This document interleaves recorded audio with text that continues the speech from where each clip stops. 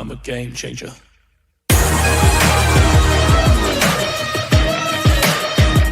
a game changer.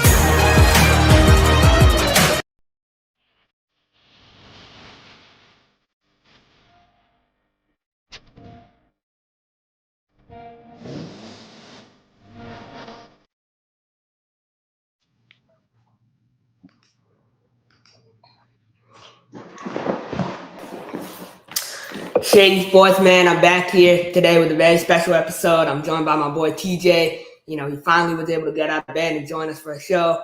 I'm also joined by Ole Miss legend, you know, Coach Eddie Strong from the Mississippi Wolfpack, AL2 champion last weekend. TJ, I want to start with you. You know, you get the first question. Kind of tell us about your experience at the game and what do you got for Coach Strong? Man, well, the game was awesome. It went down to the wire. There was halftime entertainment, pregame activities, things like that. Man, the AL2, in my opinion, is on very solid ground, and the sky's the limit. Man, it is a really well put together league and a well run organization, in my opinion.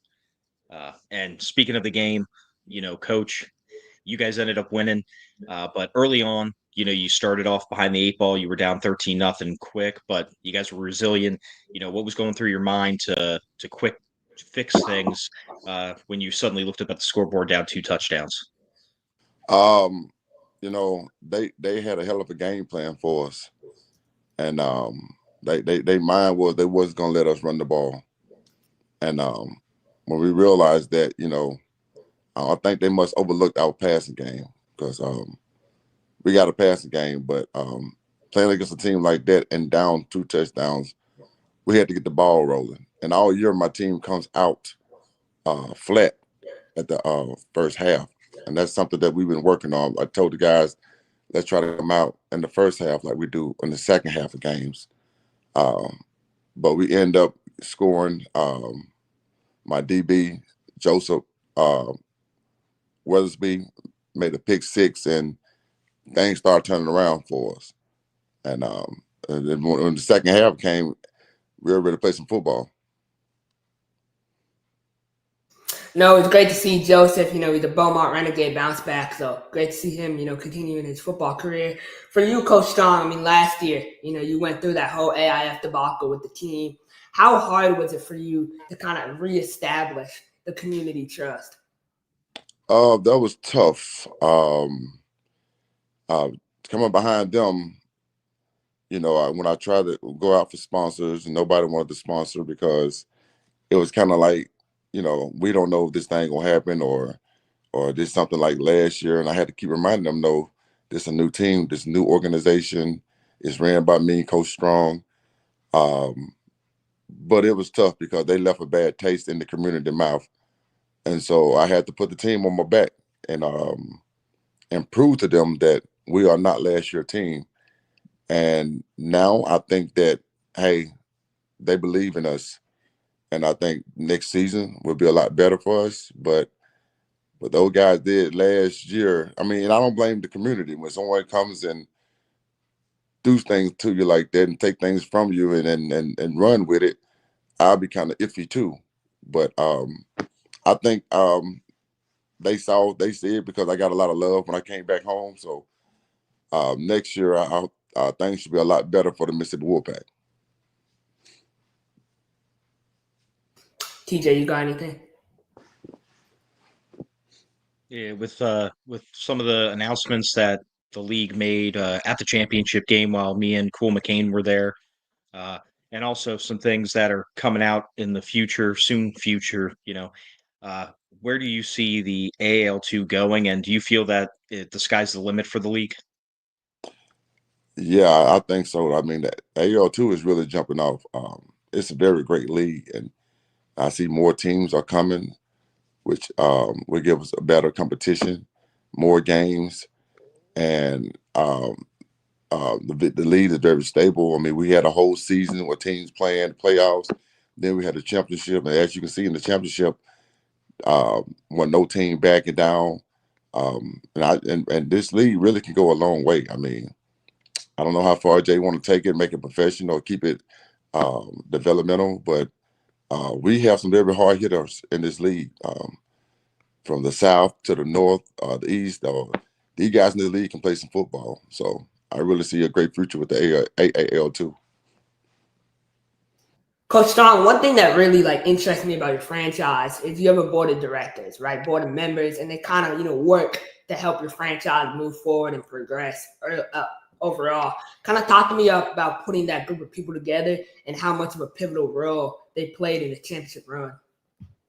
Well, it was important. I had a general manager that came in. She's very well respected in my community. She's a very strong woman, and she know how to get things done. And those coaches I had, the guys that coached with me, one guy played football with me at Ole Miss, and another guy played football at Mississippi State. And we both, all us played at high school. In Batesville, we have a very powerful high school. They call us the University of South Panola, but we're a very good high school football team. And we all played there. So I just want to bring all us together and make it one big family, because one thing I know about football, it's hard to beat a family. And that's what I try to get in my team. Those guys, let's be a family. And once you get those pieces together, it's hard to be beaten. But those guys came in, they did a good thing, and they did a lot. And here we are, we champions. I got to ask you about your Ole Miss football program. Obviously, Austin Simmons, new quarterback, Lane Kiffin, coming back for another year. How do you feel about the football team in 2025, and how many wins do you project for Ole Miss? Well, I know what this year going to be very exciting. If you remember what Austin came in and did against Georgia last year, and when Dart went down, they let you know right there that this guy's going to be a very electrifying quarterback. So, but I'm the type of guy, I like to see what the first 3 games is going to look like when we play. That's going to tell me what our season is going to have. I just can't, and the SEC is tough. I just can't say, hey, we're going to have an undefeated season. But I can tell by the first 3 or 4 games what kind of team we're going to have. But the things, Coach Kiffin know what he's doing over there. So we probably have another, I know we're going to have a good 9 or 10 win season. Coach, one of my final questions for you is obviously, there's a lot of rumor around your franchise moving to a professional league. Do you see you guys trying to move to a league like the TAL, NAL, or where do you see yourself in the landscape kind of going forward? Right now, I think that we still need time. I don't want to jump out there and put myself in a situation. I think players wise, I think we can compete with anybody. But financial wise, I don't think we're ready yet for that next level. So we're gonna continue to build. We're gonna continue to establish our team, establish our fan base, and if we get a good fan base in, I think that's a good opportunity. We may try the next level. But first, this is our first year, and I want to build a fan base. Once we get a steady fan base, then I start considering the next level. TJ, you got any final questions for Coach Sean? I do have one more. Being at the game last week in the post game, I heard a couple different claims for the trophy. Where did that trophy actually end up? It's end up in Mississippi, Batesville, Mississippi.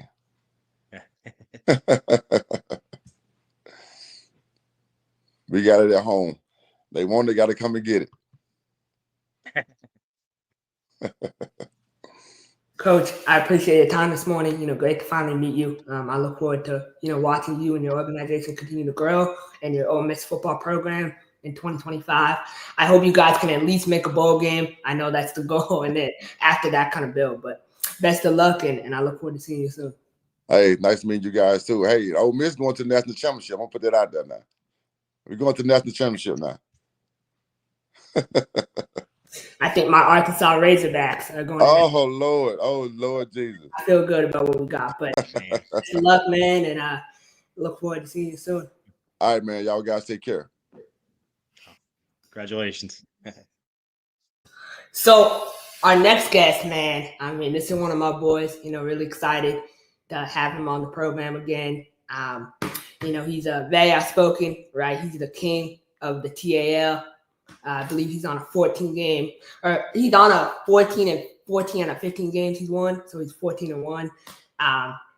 Duluth Harbor Monsters continue to remain hot. They continue to remain the staple of the league.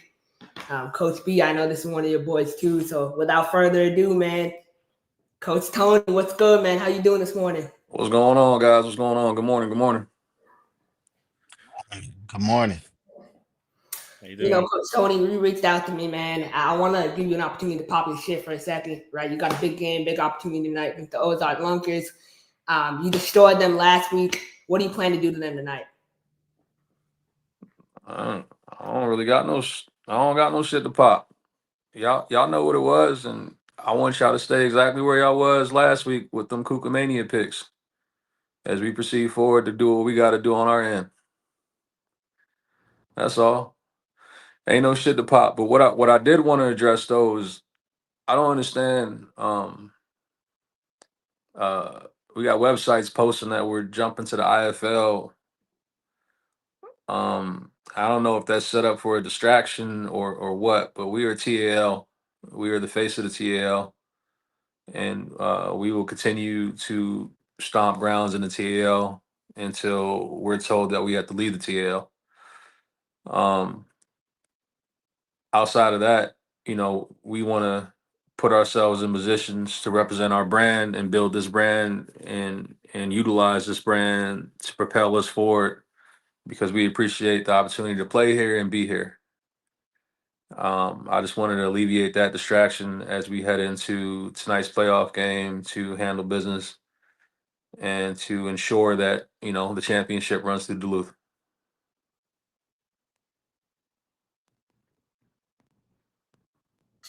Most definitely, Coach. I know it's a process to kind of move up, and you're only focused on what you got going on now. I want you to touch on that receiving core for a second, though. I mean, I'm a huge fan of it. Me and you have spoken, in depth. Talk about those guys and kind of how competitive that room has gotten over the past 3 weeks. Oh man, I mean, our receivers group, even from year one, was always like that.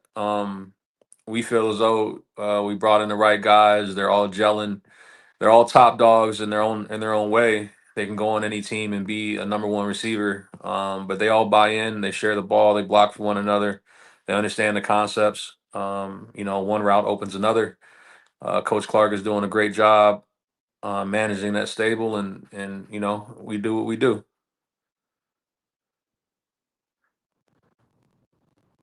Coach B, you got anything for Coach O'Neal? What up, Tony?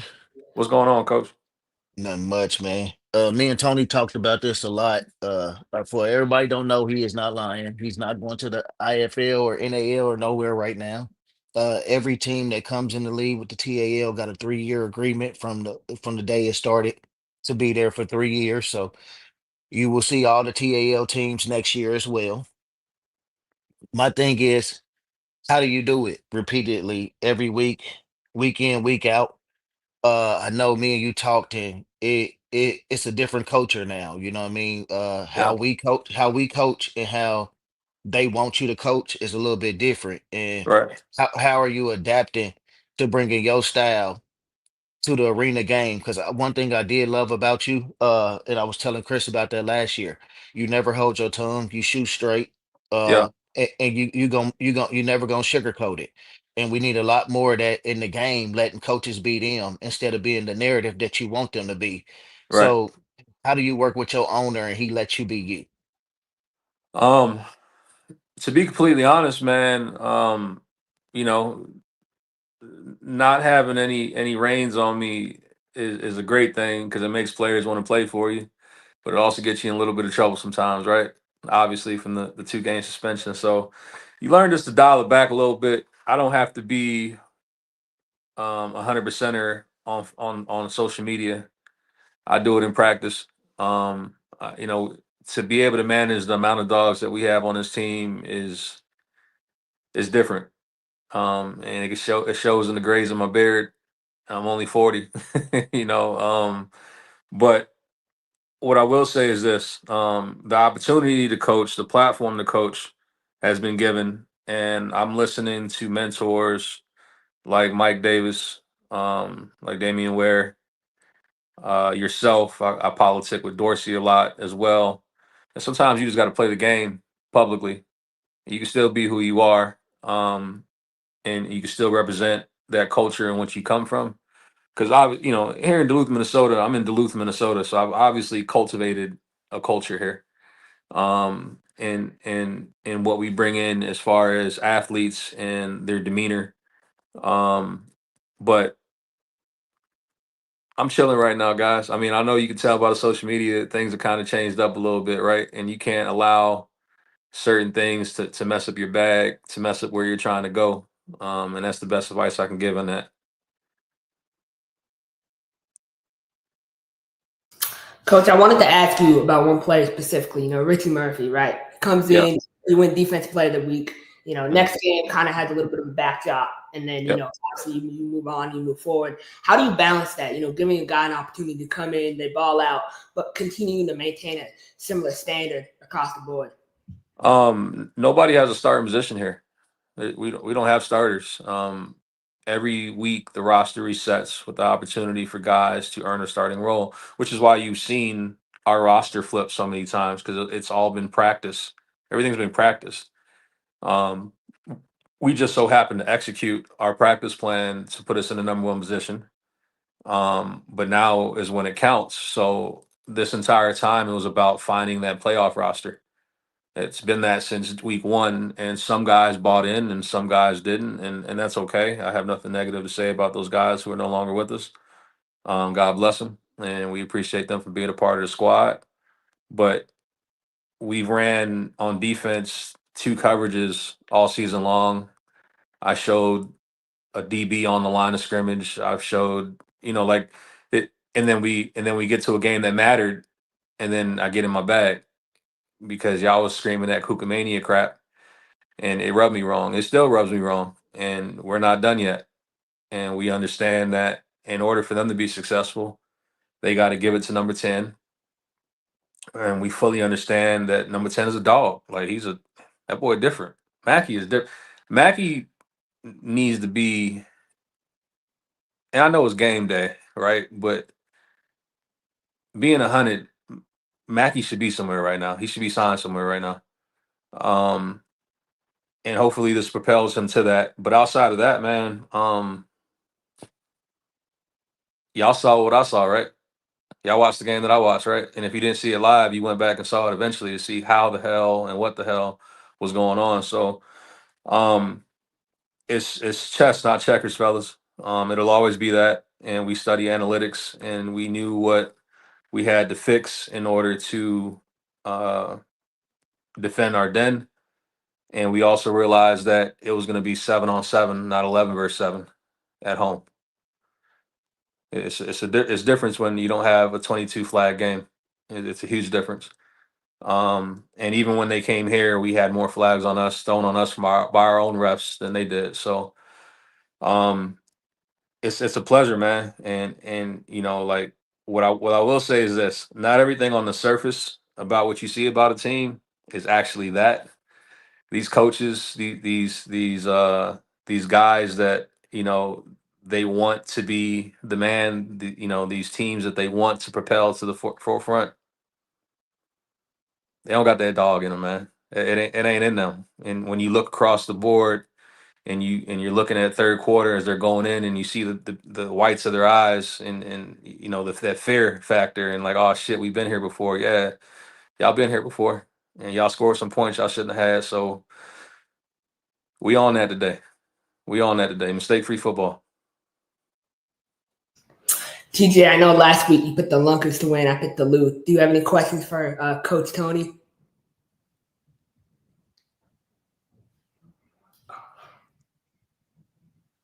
I did what now? You picked the Luth to win, man. I have it written in our chat. I picked the Luth all the way, and I also picked the Luth to win a championship too, and I have receipts of that as well. But what do you got for Coach Tony?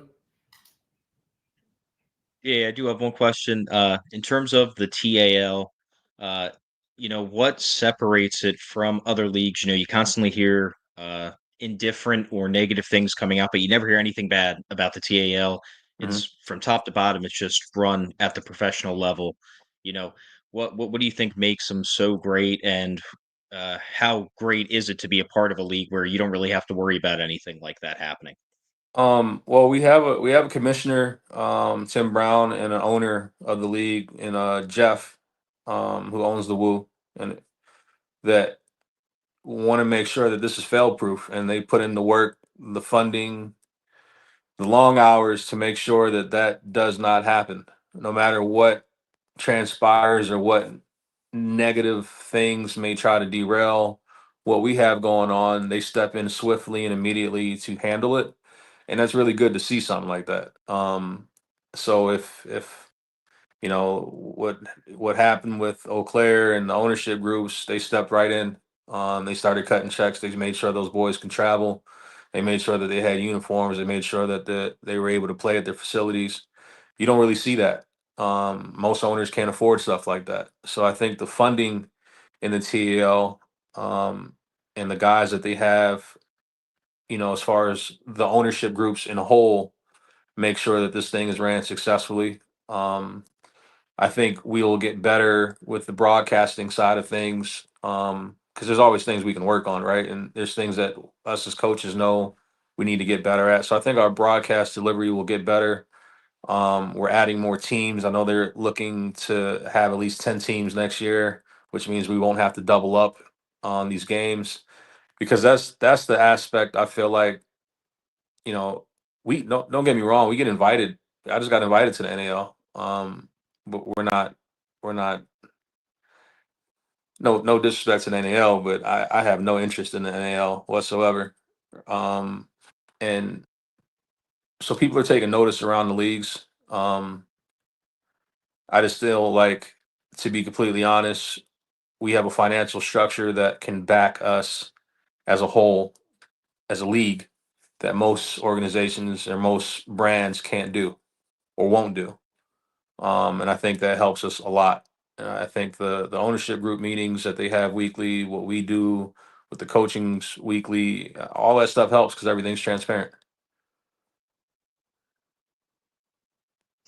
I did want to ask you, Coach. You see a lot of head coaches in professional arena football. Doing head coach and GM. You have a GM of your own, and Steve Walters. Talk to me about how much of a benefit it is to be able to focus on coaching and have him kind of manage the business aspect. Man, Steve's my guy, man. I mean, I don't know what other GMs and coaches got going on, but that's my dude. And we appreciate him because he goes above and beyond like I do. And anybody that is willing to ride for a team, the way we have since year one, from startup, like this is our baby. You know what I mean? Like it's different. It hits different because we've been with it from the development of year one, going into year two, knowing what we need year three, and to move into year four, so on and so forth. So that dude grinds extremely hard, setting up partnership deals. Anything that we need to be ordered is here within a day or two. There's no hesitation on it. Food's always on time, pay's always on time.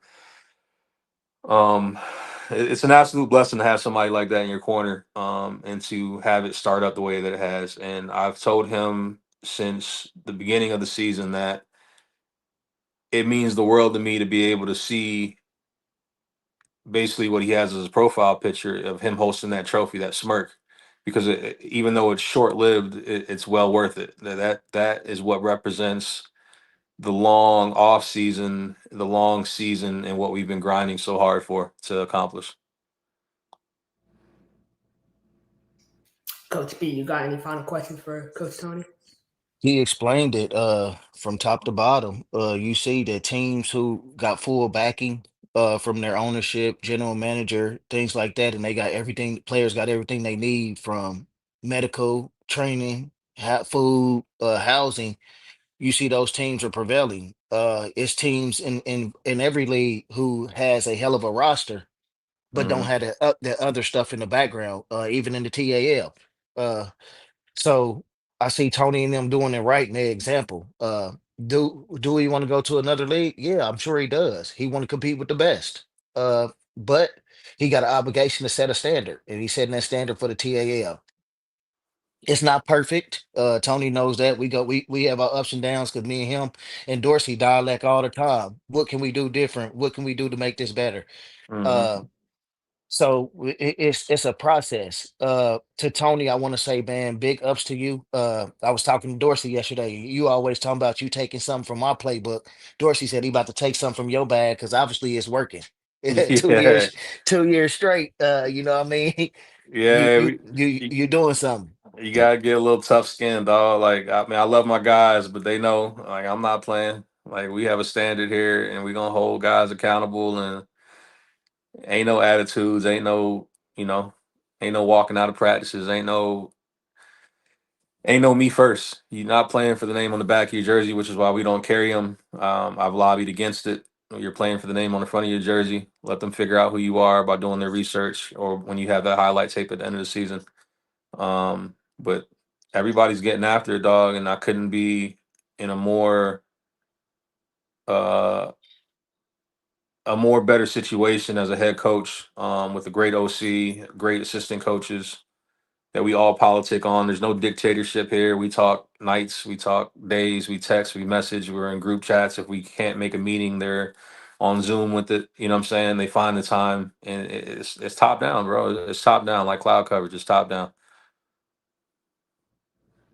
You can't beat that, brother.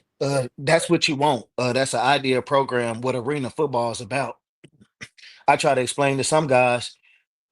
When I was in Bloomington, I went a whole season with a different corner on the opposite side of me every game. That's the nature of the business in arena football. Ain't nothing guaranteed. Correct. Yeah, yeah, And and that's real, man. I see the horror stories, right? And I can only knock on wood and hope that never even sniffs in this area, because of what we're trying to accomplish and what we're trying to do. But I'm trying to three-peat. Like, we know we're gonna two-peat. We trying to get to that three-peat. That's when you like, okay, now who the hell is this guy, and why, where is he going next? What is he doing next? Because I want to be here. Duluth is home because I moved here to be a father, right? A little backstory on me. So moved here so I wouldn't be a holiday dad, because I played IFL. I did the college thing, so I was away from my oldest. Around my two youngest, I didn't want to do that again. So I've turned down offers. There's no place like home, and our community is fully behind us. Like, we continue to grow, even though sometimes it doesn't show it on stream. Like, we have an arena, so it only shows one section on camera at times. You don't see the backside of it. And we're averaging, over 19 to 25,000 a game. And at that championship game last year, it was over 4,000 people. So they come out and support, at least for the big ones. And it's major. Like, we're building a serious momentum over here, and it's starting to turn heads.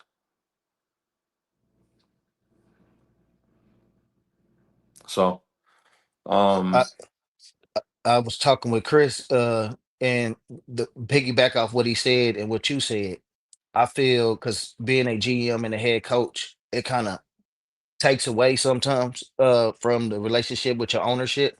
yeah, I feel you have to have something like if you're a head coach, you need a good GM relationship to buffer between you and the ownership. If you're a yeah, GM and coach, you need a good vice president to buffer that relationship with your ownership. yeah, yeah, Unless yeah. you have a relationship with the ownership, and I see you have a great relationship with your owner. How did that come about? Just super transparent, man. We we butt heads. And but it's in a delivery that's always respectful. He could be transparent with me. And it may not even have anything to do with me. He may just call me just to vent, and it may not have anything to do with football. And that's the kind of camaraderie that we have here. It's like we're just a bunch of brothers. Skin color doesn't matter. We lock in with one another. We show up for one another. It's different, man. It's just incredibly blessed to be in the positions that we are, and to have that type of support that we do have, man. I'm not gonna say it's Disneyland, but it's damn near close. It's damn near close. Coach, one move that you made, and you alluded to it earlier, was after the Hot Springs game. You went ahead and you made a change at offense coordinator. Talk to me about your relationship with Coach Speedy and how much he embodies your culture. Um, S- Speedy's one of them, man. Speedy could be a head coach anywhere he wants to right now. He can not only a head coach, but he's a player developer. And you know, he got them in the sand pit daily.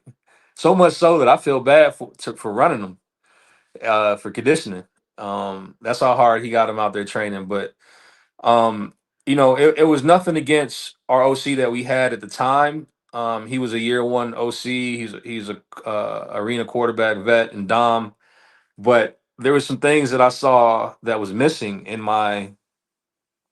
from his bag of tools, should I say, during my suspension, because obviously I couldn't be around the facility. I couldn't be around the practices, so I'm watching everything from stream, and I'm just like, man, like he's right there, but there's some things he could be learning at the moment. So I made the decision to bring Coach in and Speedy, and once he got the philosophy delivered to the guys, because we changed up everything. It was a lot easier. It was a lot more fluent. Guys weren't forgetting plays. He dumbed it down. Not that their IQs aren't there, but he dumbed it down and made it simpler so that when the quarterback, or when we're talking through the mic to the quarterback, it's an easier delivery and we're not eating up the play clock, right? Because we only have a 20-second play clock. It's not like most leagues where you have that 30-second. It's a 20-second play clock. And by the time the ball is set and the play is in, you're already at 10 seconds. You're already at 10 seconds. So he devised a way to make it easier for everybody. And it's been super effective. We can be in hurry up if we want to. We can slow it down if we want to. It's all about execution. And I'm super happy to have him aboard. Super happy. Coach Tony, I appreciate your time. My final question for you this morning is, play development. And one guy I want to highlight is my boy Demo, Darius Morrison. Obviously, he's someone who's faced a lot of adversity this year, been injured, got sat a couple games. Talk to me about, your relationship with him and how much trust and belief you have in him that he can come through during this playoff time. Yeah, Demo a dog, man.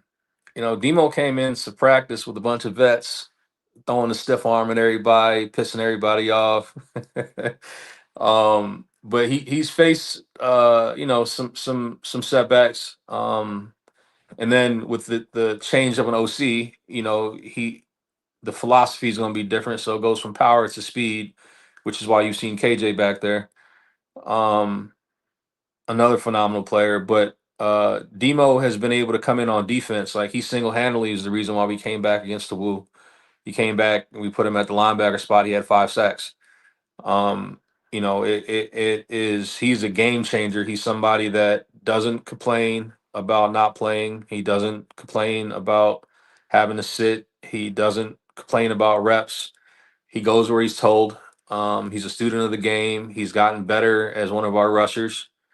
And we activated him this game because we realized, Lunkers, y'all have a bunch of 5'9", 5'7" corners, who I respect, but y'all not so good at tackling.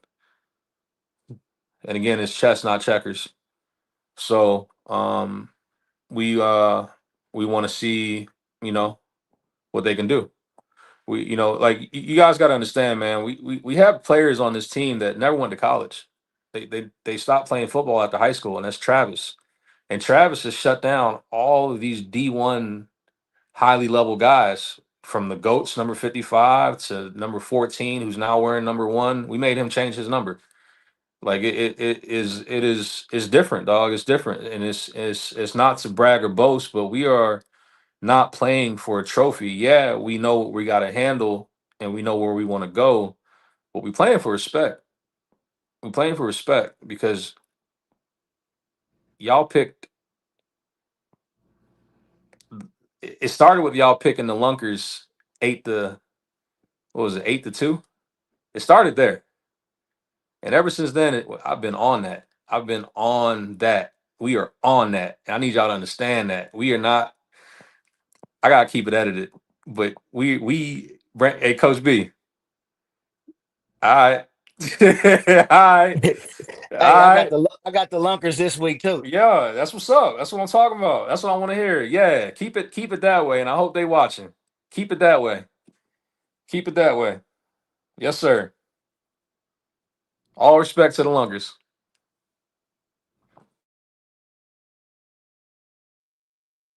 Hey, that's my guy, man. We chop it up. He know it's all love, man. I have one question for you to end it out. Where do you see the TAL going, and do you see it lasting 3 more years down the line after after 2026 season, or do you Uh, think they and do you see them adding more teams?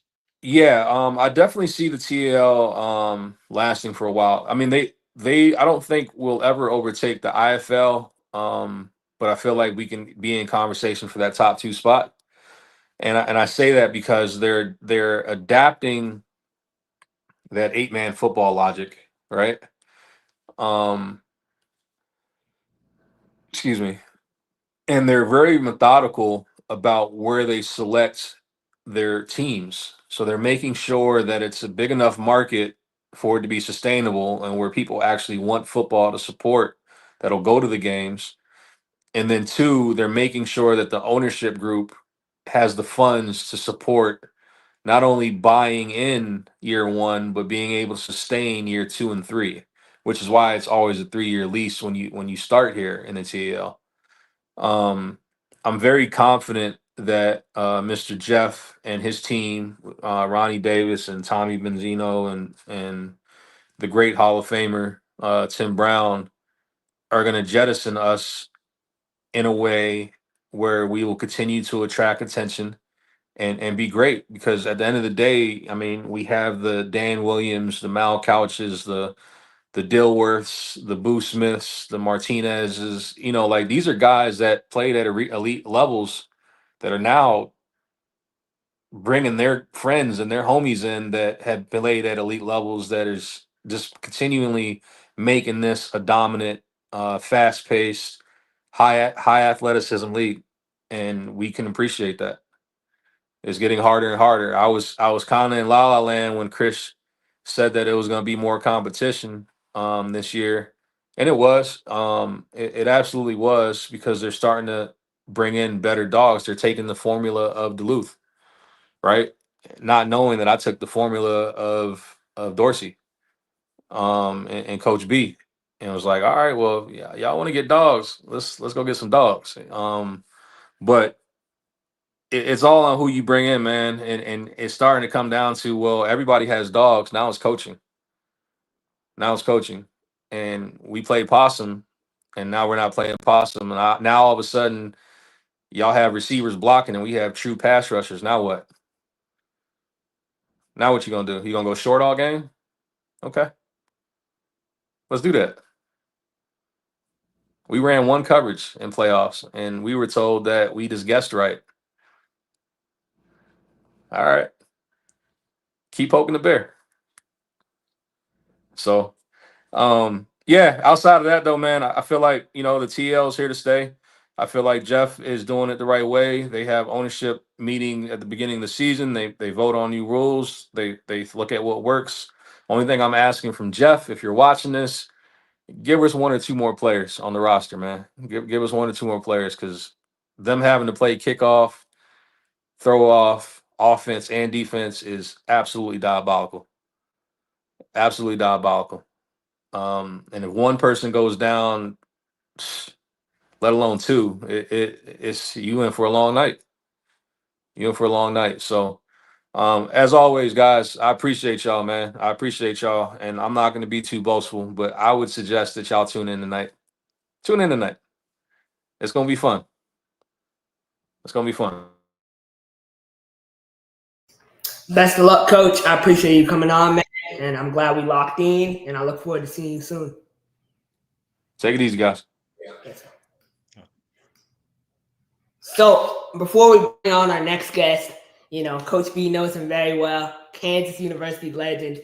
We'll take a quick commercial break. We'll bring my boy on, and we'll chop it up with him. And we got a ton more guests for y'all this morning. I brought my Louis luggage this morning, so it's going to be a fun episode. So we'll take a break. We'll go talk to my boy Mike, and then we'll move over to IFL after.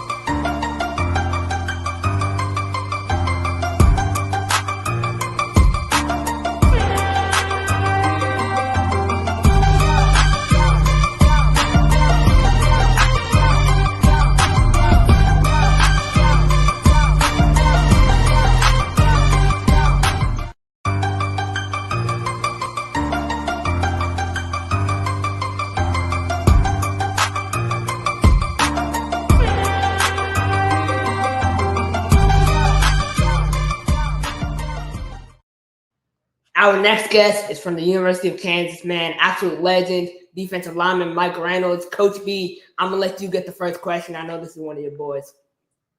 That's Big Dookie right there, man. You know what I mean? The guy, man.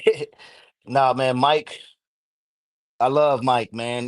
From day one when we met him, he was excited to bring football back to Missouri.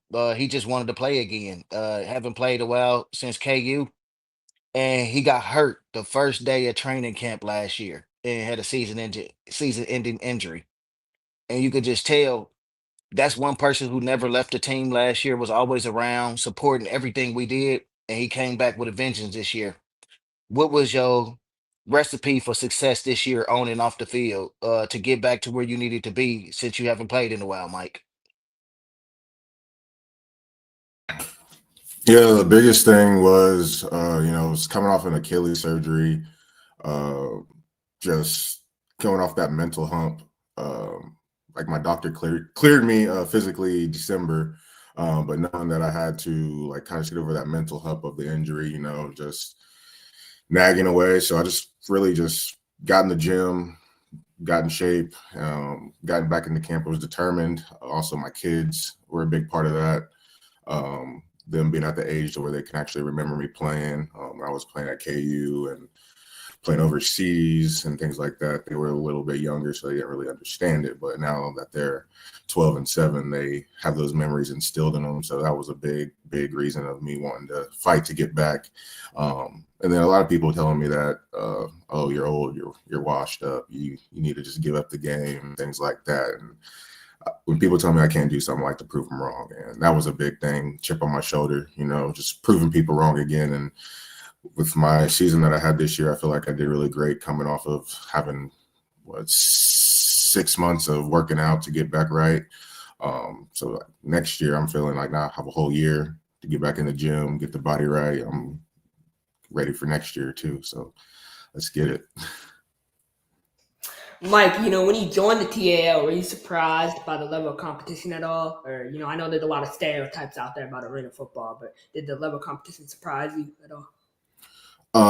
Yeah, definitely a lot of competition. People have their opinions on arena football and things like that. Like I know I told some people I was playing arena football. They're like, what is that, like semi-pro? What is that? I was like, no, it's a real professional league. Like there's guys out there that are dogs. They're trying to get – some guys are still trying to get to the NFL a little like I'm 32. I know I'm a little bit older than some of the guys in the league, but it's a professional league where guys are coming to show out and there's some dogs here. And, I'm very impressed with the level of skill. I love how fast paced it is. Athletes just going up for balls, jumping over the walls and things like that. It's an exciting game.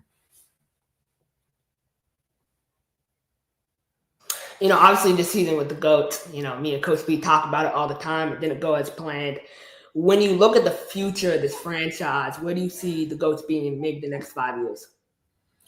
I feel us being in the run for a championship. This year was disappointing, 4-4, and our 4 losses, 1-point losses into the game, last play losses, like things like that. So it's like that close from being 8-0 or being in the playoffs. So it's a tough season. It's a tough pill to swallow.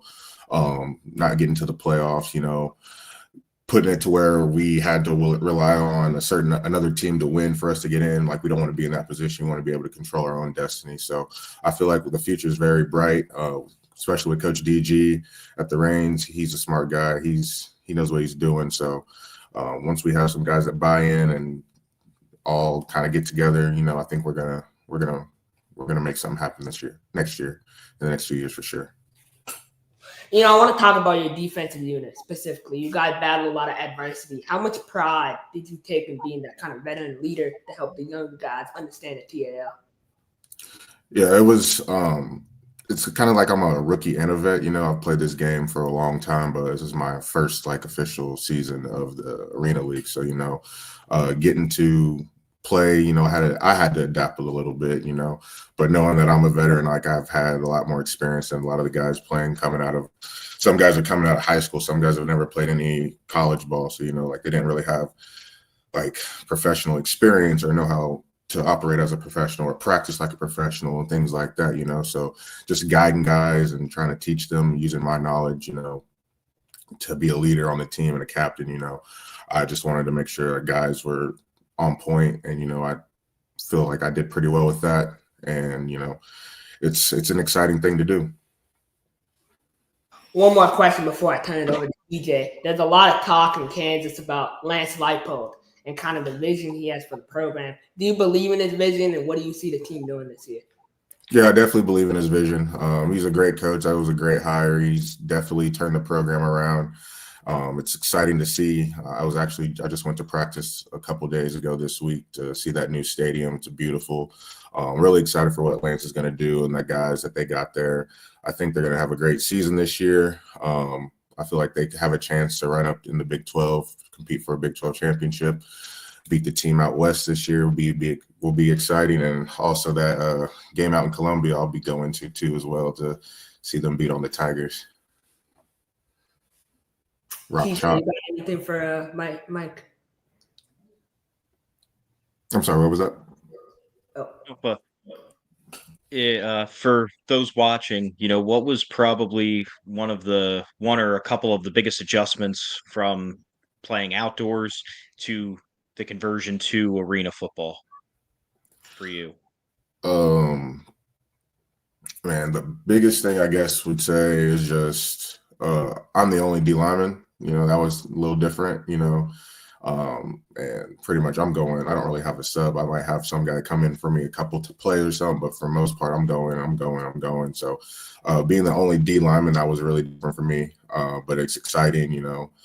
It's just like a one-on-one matchup that I got to try to win every time. But, you know, that's the fun aspect of it. Long term, do you see yourself after retiring as a player, maybe trying to join the TAL either in the coaching ranks or maybe even with the league directly? Yeah, there's actually been talks about that. Even after I got injured last year, I was kind of trying to help with the front office stuff with our team. I have a good relationship with our president, Ted. So yeah, coaching definitely in the books. I'm actually looking to coach some high school this fall as well and help out. So I love being around the game. That's what I know, like being around the game since I was 5 years old, you know, it's instilled in me. So if I can be a coach, any type of form, like an operation or something about the game of football, you know, I'm going to take on that opportunity. Absolutely. How do you feel the St. Joe community has embraced you? I know that big move from Kansas City to St. Joe. I was giving Coach B a lot of shit behind the scenes because I was really surprised, you know, you decided to move, you know, kind of downgrade in terms of size. But do you think it's going to work out long term? And what are you doing on your side to kind of market the team? Yeah, I think it's actually going to be beneficial long term just for those smaller city settings. St. Joe's amazing. The people are amazing there. It's a tight-knit community. Just being there and being involved with the kids, the community there is really exciting. I'm actually going up there on Tuesday next week to have some events, so I'm going to do a little meet and greet. They gave me the nickname the Grave Digger, so it's all kind of cool. They're making T-shirts and things like that, so they love me, I love them, and it's a great community. I'm excited for it. Coach B, you got any final questions for Mike? Just I know you back. You getting back in your groove, getting back in your bag. Keep doing what you do, bro. I'll let you know later in the season, but all season you had guys watching. So it don't matter if you're 32, and this is for all arena players. It don't matter if you're 32, 36. If you're a baller, they're gonna come and get you. Whether it's the NFL, CFL, overseas, or a higher arena league. And Mike showed me that this year because he came in and I had numerous games where we gave out tickets to scouts to come and watch him and a few other players play. So my thing is stay doing what you're doing. Put this franchise back in the right way. I know we had a down year. Me and Dorsey been talking. We going back to the board right now as far as our player development, who we bringing in guys that fit our culture for next year, who's gonna buy into the system. My question to you is, what do you see us as the GOATs next year? And where do you see this lead, the TAL, next year? For the GOATs, yeah, I see us in I want to be in the Arena Manning Championship, point blank period. I feel like that's where we should be. I feel like in our losses, we beat ourselves. So I feel like that's where we should be. And if we buy into DG and his culture and everybody gets on the same page, I feel like we'll be a force to be reckoned with. And then with the TAL, I feel like it's steadily growing. I've heard that they're still going to grow, maybe add a couple more teams next year or the next couple of years. So I feel like it's a great league. It's exciting, fast-paced, and it's definitely going to keep growing, I feel. I do got to ask you one last question. If you were in college today, you see the NIL, the transfer portal. I think you have an 8th-year quarterback at Kansas. How would you have utilized it, to your benefit? Yeah, I've been talking about that. I'm like in a group chat with a lot of my former teammates and guys, and we talk about the NIL and how much money we think we would have been able to get out of that. And, like being a pass rusher and a guy that led my team in sacks and my junior and senior year and things like that, I feel like I would have been able to make some good money and be able to establish like charities and different things and like have that stepping stone, those little boosts, Like it's funny, we were talking about like in college, like it was like a certain period, it was like illegal to have like a bagel and peanut butter. And now like guys are making 6 figures and millions of dollars. So I'm happy for them. It's come full circle. The guys make money off of their image and likeness just because how it's used and how much money football makes and things like that. But yeah, I'm excited for those guys, and it's really a blessing that the guys are able to make money off of their image and likeness now. I appreciate your time this morning, Mike. I look forward to staying in touch, and I look forward to watching you ball out next year. I appreciate you guys for having me. Thank you. Yes, sir. It was great having Mike on. I've been a fan of him for a while. So, our next guest, we'll transition over to IFL. We've been on TAL. We might go back to TAL to cover a couple subjects. But our next IFL guest, man, he's unfortunately 3-0 against my beloved Massachusetts Pirates. He got lucky 2 times, though, because we missed 2 field goals at the end of the game. But, I got to give him a shine. I'm going to take a quick commercial break, and we'll be back. With DB from the Green Bay Blizzard, Mr. Khalil Finley. He's playing in the NAL, AAL, and IFL. So he's 1 league away from in the TAL. So he's 1 league away from completing the what do you call it, TJ? We were talking about this the other day about like if you play in all 3 leagues. What's the term for that? Like the full cycle. Yeah, exactly. The full cycle.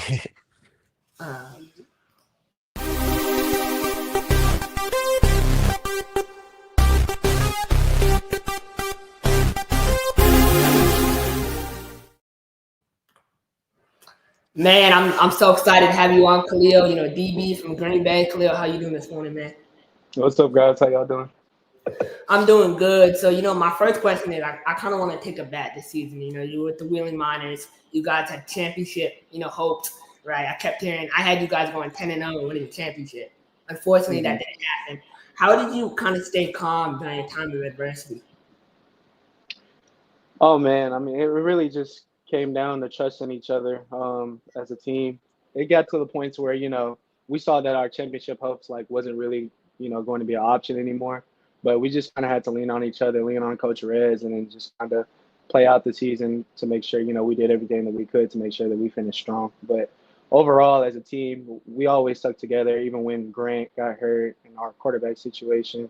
But we always leaned on each other, to make sure that we were doing the best that everybody could so we can just finish the season strong. Last year you had the opportunity to go down to San Antonio. DJ Myers from your former college as well. How much of a role did he play in kind of mentoring you and getting you ready for the next level? Man, so me and DJ actually went to school together at Midwestern State, and he's always been a big bro to me. So he really taught me how arena goes, how the pace and everything is, and the rules and everything. So DJ really played a big part. He's always been a big bro to me. So he's always been good people. We got one of your boys tuning in, man. Talk a little bit about him. Ben McCoy, man, assistant GM for the Duluth Harbor Monsters, also the leader of the program. What does it mean to be part of the program, and how do you see it going within the next 5 years? Man, I always tell Ben how much I appreciate him and about everything he does. Ben was the first person to even notice that I wanted to continue my pro career after college. So I give a lot of kudos to Ben and everything that he does. He does a lot of stuff behind the scenes that people don't know about, and I always appreciate him. I always got to give him his flowers. As far as the program, I just see it, it rises up more and more each year. We always get pretty good athletes that end up going all over. So I think Ben is in the right direction with the program, and I think it's just going to continue to grow and do its thing. TJ, I'm gonna turn it over to you. Got anything for Khalil? Yeah. When you just look at really this last, I'll just say overall arena and indoor season in kind of like a whirlwind fashion, what has it felt like? And, are you sad to, that the season's coming down to an end in a few weeks for all the leagues? Man, it's been long. Like it's crazy when you go from like one league to another because it's like you can potentially play almost 20 games if you play, every game with every team. If you move from the NAL to the IFL or the TAL to the IFL, you can almost play 20 games. So I mean, it is kind of like, dang, it's coming to an end, but it's like it's also fun too during the time, like being able to see different organizations, being able to get with new teammates and be able to have fun and just overall be able to travel, see all over the places. But yeah, coming to an end, it does kind of suck because it's like, this has been our lives since like February. But I mean, moving on, like past whenever season's over, you just make sure to keep up with the guys and then hopefully get to see some of the same guys again next year. But it's been fun so far. One question I want to have for you is obviously, like I mentioned earlier, man, you're 3-0 against my Pirates. Yeah. Last year, one this year. But the level of competition in the IFL, there's a lot of people in other leagues. How would you describe the level of competition in the IFL compared to the TAL and the NAL? If I was to compare, I would say the IFL, I would say it's probably a little bit more faster as far as like all around. Um, look, talent's a little bit better too, but I mean, overall, at the end of the day, football is football. You come in, you adjust, and then like probably about, I don't know, I don't know how many athletes ended up coming from the NAL this year to the IFL, but I'm pretty sure everybody can agree. Like as far as like a whole, like the IFL, it's nice, man. Being able to come and see how organizations are ran here compared to the NAL and like the whole look of it, as far as like the streaming services and all the other stuff that comes with it. It's really nice, man. Being able to come and see athletes that come from the NFL, CFL, all over the place. It's nice. I mean, overall, if I were to rank, the arena leagues, I got the IFL up there up top for sure. Hopefully, with the way things are going, it can just keep getting better. I like the IFL a lot. I enjoy it, but I also appreciate all the other leagues that I came from. I appreciate going to the AAL, going to the TAL for one game, two games, going a full season with the NAL. They did things right too. Harbor Monsters did things right. Willing did things right. So I also got to give them their flowers too. But overall, it's nice. It's really nice up here.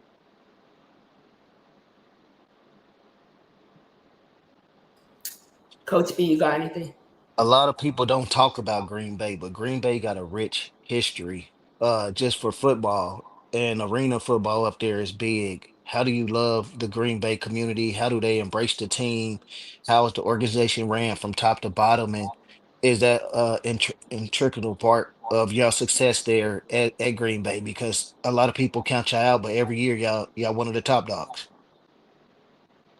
So Green Bay is, like you said, they have a history, real professional history. Our games are played right next to Lambeau Stadium. Really nice being able to walk right across and see that stadium right there. And they just keep things professional. As soon as I came in, they told me the standard, how things are ran, and how they do things, and everybody just buys in. With this organization too, with Coach Robe, um, he teaches you more of how to be a pro.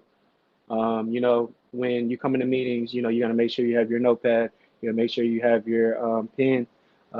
Whenever you come to meetings, we're not in tank tops. We got our hoodies on. We're doing everything that we need to do as far as pros, like how they do at the next level. So he really keeps things to a T. Even in the game, like He'll tell us, not to be robots when we're out there in the game. Like, just be a football player, just be a professional football player. Um, but so far, like the way they've done things, even when I did my research on them historically, like it's like everything they do, as far as from off the field to on the field, I mean, it works. So he really taught me how to buy in and how to be a pro. So hopefully, I get to stay with him as long as I can. What is your regimen as a DB? Week in, week out. How do you physically and mentally prepare to be at a high level that you're playing at? Especially coming, you play in another league before this, so your body has to stay prepared and healthy. So down here, we have like a really good trainers all around. Like we have a really good organization over here that we call. It's at the what's it called? I can't remember exactly what it's called now. I always forget the name of it. But our facility for training is like amazing. We go in there every day, right after practice, even before practice that we need, if we need to, and they get us right, all the way down to normal techs, pools, um, ice tub, all that stuff. They have it all. Cupping, they have everything that you can think of. So when we go there, it's called Aurora. So when we go there, it's like anything that you need as far as your body, they have it. Our trainer Brooke, she literally is a genius when it comes to this stuff. As far as like the physical part of the game, she makes sure that we're good. We have all snacks, everything that you can think of that we need, medicine, team doctors, everything, chiropractors, whatever you can think of, we have it up here. And so we're able to have them as a big backbone for us. It could be a small nick or bruise, and they make sure that we're taken care of. Even before the games, we stretch, we do everything that we need to do through Brooke, and she helps us out a lot. And before the games, like before I even go out there, I sit on the field and I stretch and I do my little DB workouts before I even go out there.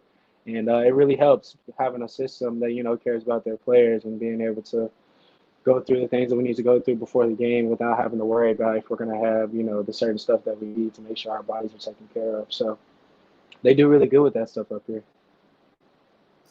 Khalil, for a sec, talk about the loot and the setup, man. The food, the housing. I mean, amazing. You guys have everything you need. How much does that influence you as an athlete to be able to perform?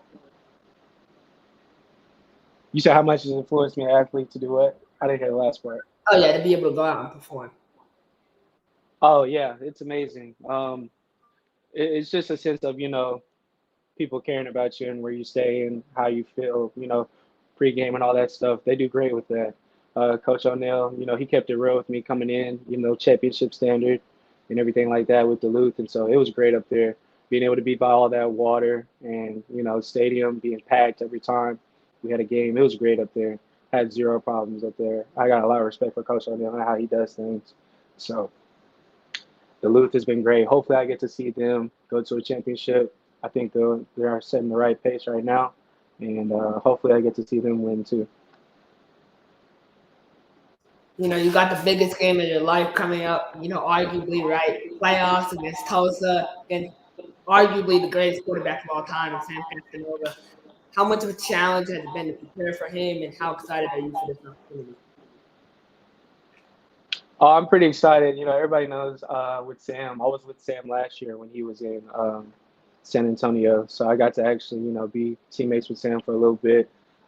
Sam's a really good dude, man. He is probably, as far as arena football, he probably is one of the best quarterbacks to ever do it. But as far as like our scheme and stuff like them, we just keep it how we've been doing it. We just got to make plays. We still got to play football. Everybody still has to put their shoes on and do their job. So as far as the game against Tulsa, we're ready, we're prepared. We're going through our walkthroughs, doing everything that we need to do to make sure we execute on Sunday, and then the outcome is the outcome after that. But we'll be able to say that we're ready to play. Coach B or TJ, you got any final questions for Khalil this morning? Yeah, for the Blizzard, you guys as a franchise have kind of been on a playoff winning drought in recent years.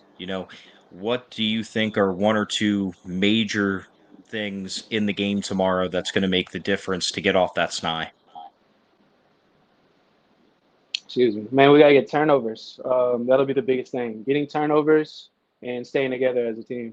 as long as we stay together and we get turnovers and we start out hot and then keep that same pace throughout the game, I think we'll be able to win. Our coach, he's harped on us all week. We got to stay together. We got to make sure that you're doing our job. Everything else doesn't matter. As long as you're doing your job and we're executing at a high level, everything will play its part in what it's supposed to be. But the biggest thing on defense, honestly, that he's harped on, getting turnovers, getting that ball over to the offense so they can score, start out hot, and we can just keep it going throughout the game. Y'all need another ship in Titletown, man. So, you know what I'm saying? It's up to you, man. DBU, lock it down. Good luck tomorrow. Uh and let Max Novak know that you the truth. Yeah, for sure. That's my guy, man. And hopefully, we get as many turnovers as we can, and I'm sure we're going to get it done. My final question for you is, being around a guy like Max Myler and TJ Davis, two Mhm. leaders in the team, talk about, how much those guys have pushed you towards, greatness overall. Man, Max, as soon as I came in, Max just kind of had a big smile on his face. As soon as I met him, he's really cool people, man. Max is like really consistent too. If you guys have watched him throughout the season, he knows how to pick defenses apart. He's a really good guy on and off the field. As far as TJ, it kind of took me a minute to kind of talk to TJ. He's not as outgoing as Max is, but as soon as I got talking to TJ, he's also a real cool dude too. With him being a backup quarterback as well, he can play two parts of the game on offense. Since he's also able to play quarterback and receiver, I feel like that's helped him a lot because he understands where the ball needs to be whenever he breaks out of his routes and how everything is supposed to look on the offensive end. He's kind of like a second general, if that makes sense. So TJ is a real good dude too. As far as like a team overall, Max has been like a good leader with everybody. He gets everybody together. He riles everybody up. Um, Even when things, could get like a little rough with him between the team, in certain situations, he always knows how to bring us back together.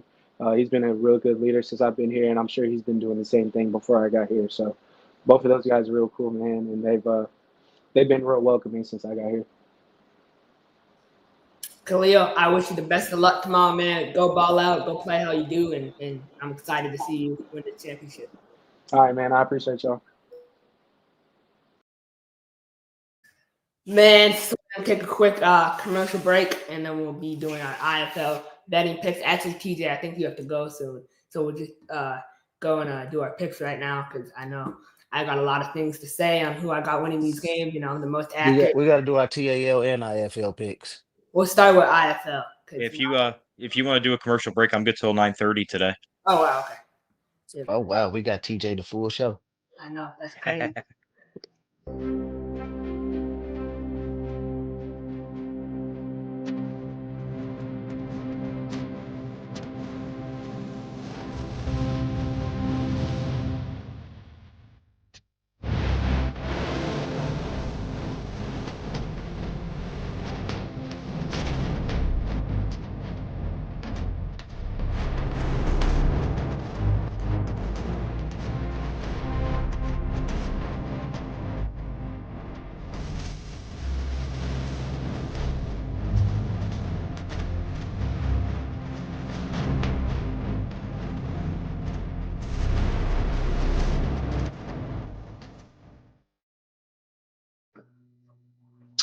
So, best time of the year for the IFL. Obviously, playoff time. We're gonna go and talk about the topics after we do playoff time because I still need some time to process, all this movement. It's crazy out here in the IFL, it's just not our team. It's every team in the league. So we'll start with the playoffs, man. I got the DraftKings pulled up. And again, just a disclaimer, I am the most accurate, picker in the country. I'm Boy, don't nobody care. 180 all time. So my betting advice is prime if you want to win some money. Don't listen to TJ or Coach B. You'll be in the red. I'm right on your coattail, and I'm like 3 weeks behind. Yo, two weeks ago, I won $120 on a full perfect parlay in the IFL. Just letting everyone know.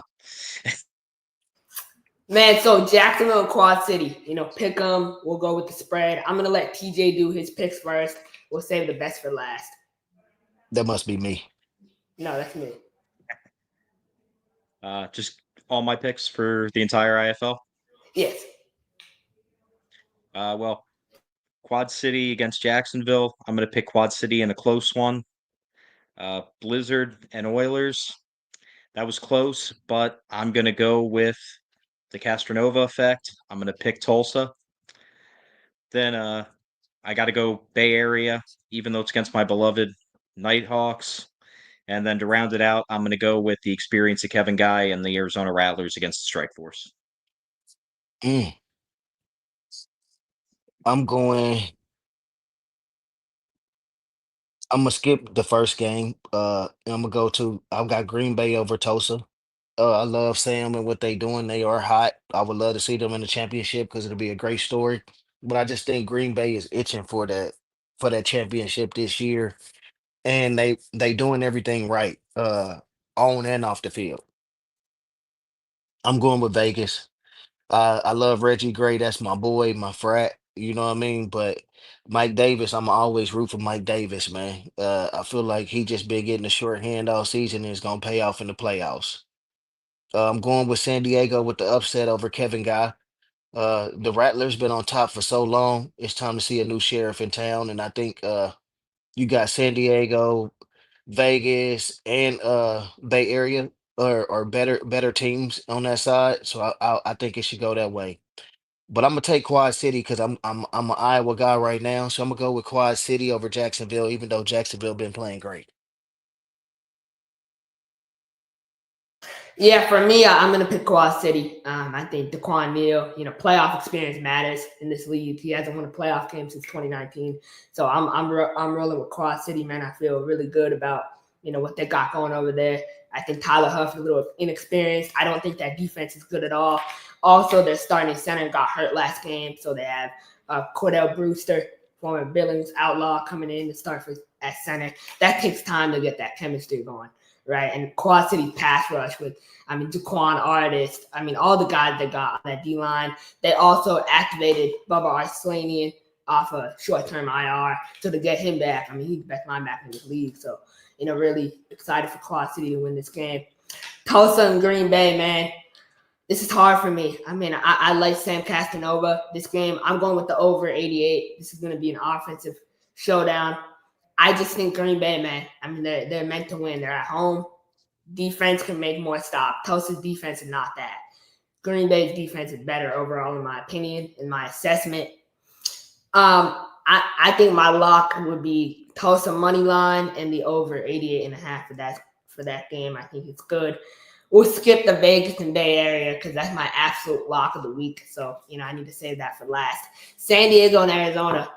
Nate Davis in the playoffs in the IFL, man. I hate to say it, Coach P, but it's true. Nate Davis in the IFL is like, he freezes in the IFL playoffs. Not technically, because when he was with New Mexico or Albuquerque, he was always hot in the playoffs. So it go hand to hand. I don't know, man. He can never beat Arizona. He won a ship at Albuquerque, didn't he? And not in the IFL, no. Okay. It's a different ball out here in these streets. But I think, I don't know, man. I want to see Nate Davis win, man. I really do. I really want to see Nate Davis win. But in Arizona, that D-line is banged up. My guy Thomas is out this game. They just released Jalen Joyner. So they're really heavy on the D-line. They're short. They ain't got the pieces. They've been a team that have played through the D-line all year. The DB room is solid. Devin Hathaway, Matt Elam, two guys that were with us. But I don't think they have enough pieces to beat Arizona and Arizona. So give me Arizona -2.5. Vegas and Bay Area. I love you, Coach Davis, man. You're my man. I have a lot of respect. Coach Davis is building a culture. He's building a championship powerhouse. I couldn't be more confident about this game that I'm going to put it out there. I'm betting my whole college tuition on this game. Bay Area is winning this game by 5 points. Rob Keefe is dominant. He's coming for a championship. I've had Bay Area as my championship pick for the past 5 weeks. I love Bay Area. I love what they're building. Bay Area winning the game by 5 points. It's going to be the over. Vegas' defense will let up 45 points. I'll bet my house on that too. So college tuition in-house riding on this game. I even told my dad last night, I said, I'm paying for dinner next week I'm about to put 200 on this game, and we're riding it out, man. Let's go Bay Area. I think Bay Area is going to. I know Coach B. I know you think he's been short end of the stick. I don't think that at all. I think when you have a quarterback like Jaden Delora, there's no short end of the stick. So I think if anything, we've been given the short end of the stick here in Mass, but we're not going to talk about that. Yeah, y'all got short right to the right place. So, but yeah, no, I mean, I hope for good games all around, but yeah, I love Bay Area. I love what they're building. I love their defense. Their defense will stop Vegas's offense twice, and so they will win this game by 5 points. And then the over, I said the over for that. So those are my locks of the week. Again, I'm the most accurate. I won't be wrong this week, as I am every week. I was right. I think with my betting picks this year, TJ, I think I want to say I'm like 30-5 on over unders for this year. So, Oh Lord, it's good. But obviously, we got some business to talk to before we move on to AF1. I'll go last on this subject. My Massachusetts Pirates, we came out with an announcement that we decided to, go ahead and fire our whole coaching staff. 8 out of 10 coaches have been let go. TJ, I know you got a lot to say on this, but please don't cross the line, man. Don't just keep PG. TJ, keep it as real as possible. Don't sugarcoat it for this guy. He needs to hear this.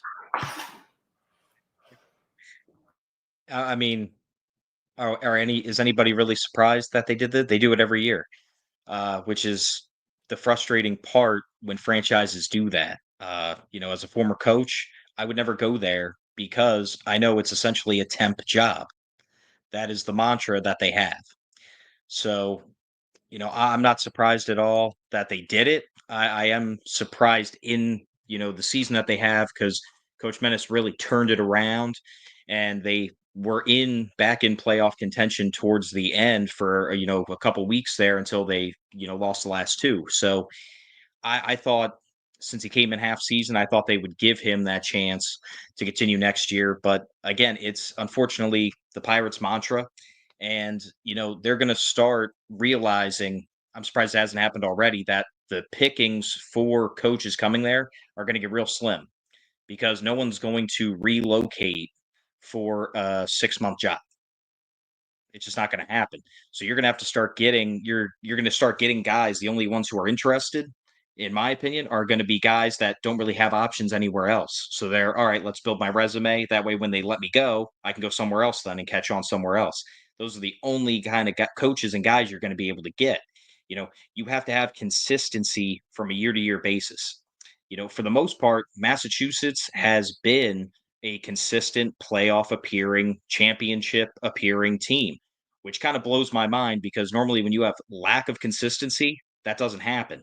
So just imagine how much better they could be as a franchise if they actually carried the same coaching staff for 2, dare I say, even 3 consecutive years in a row. That's all I got to say on the subject. I'm going to go a little light because Chris has been nice to me today. So He got lucky. He got lucky. TJ saved you. Uh, uh I said it. I said, what did I say, Chris? That he was gonna be let go. Didn't I say that? So I went with my gut feeling, and you said it, TJ. If they let a couple guys go who win championships right after they win a championship, this is nothing to him to let Minaj go. My thing is, why do Stout keep getting to stay there? And what is his actual role, Chris, that makes him so valuable to the Mass Pirates? Because if you are a coach, you're gonna want to bring in your own guys. And that's another thing.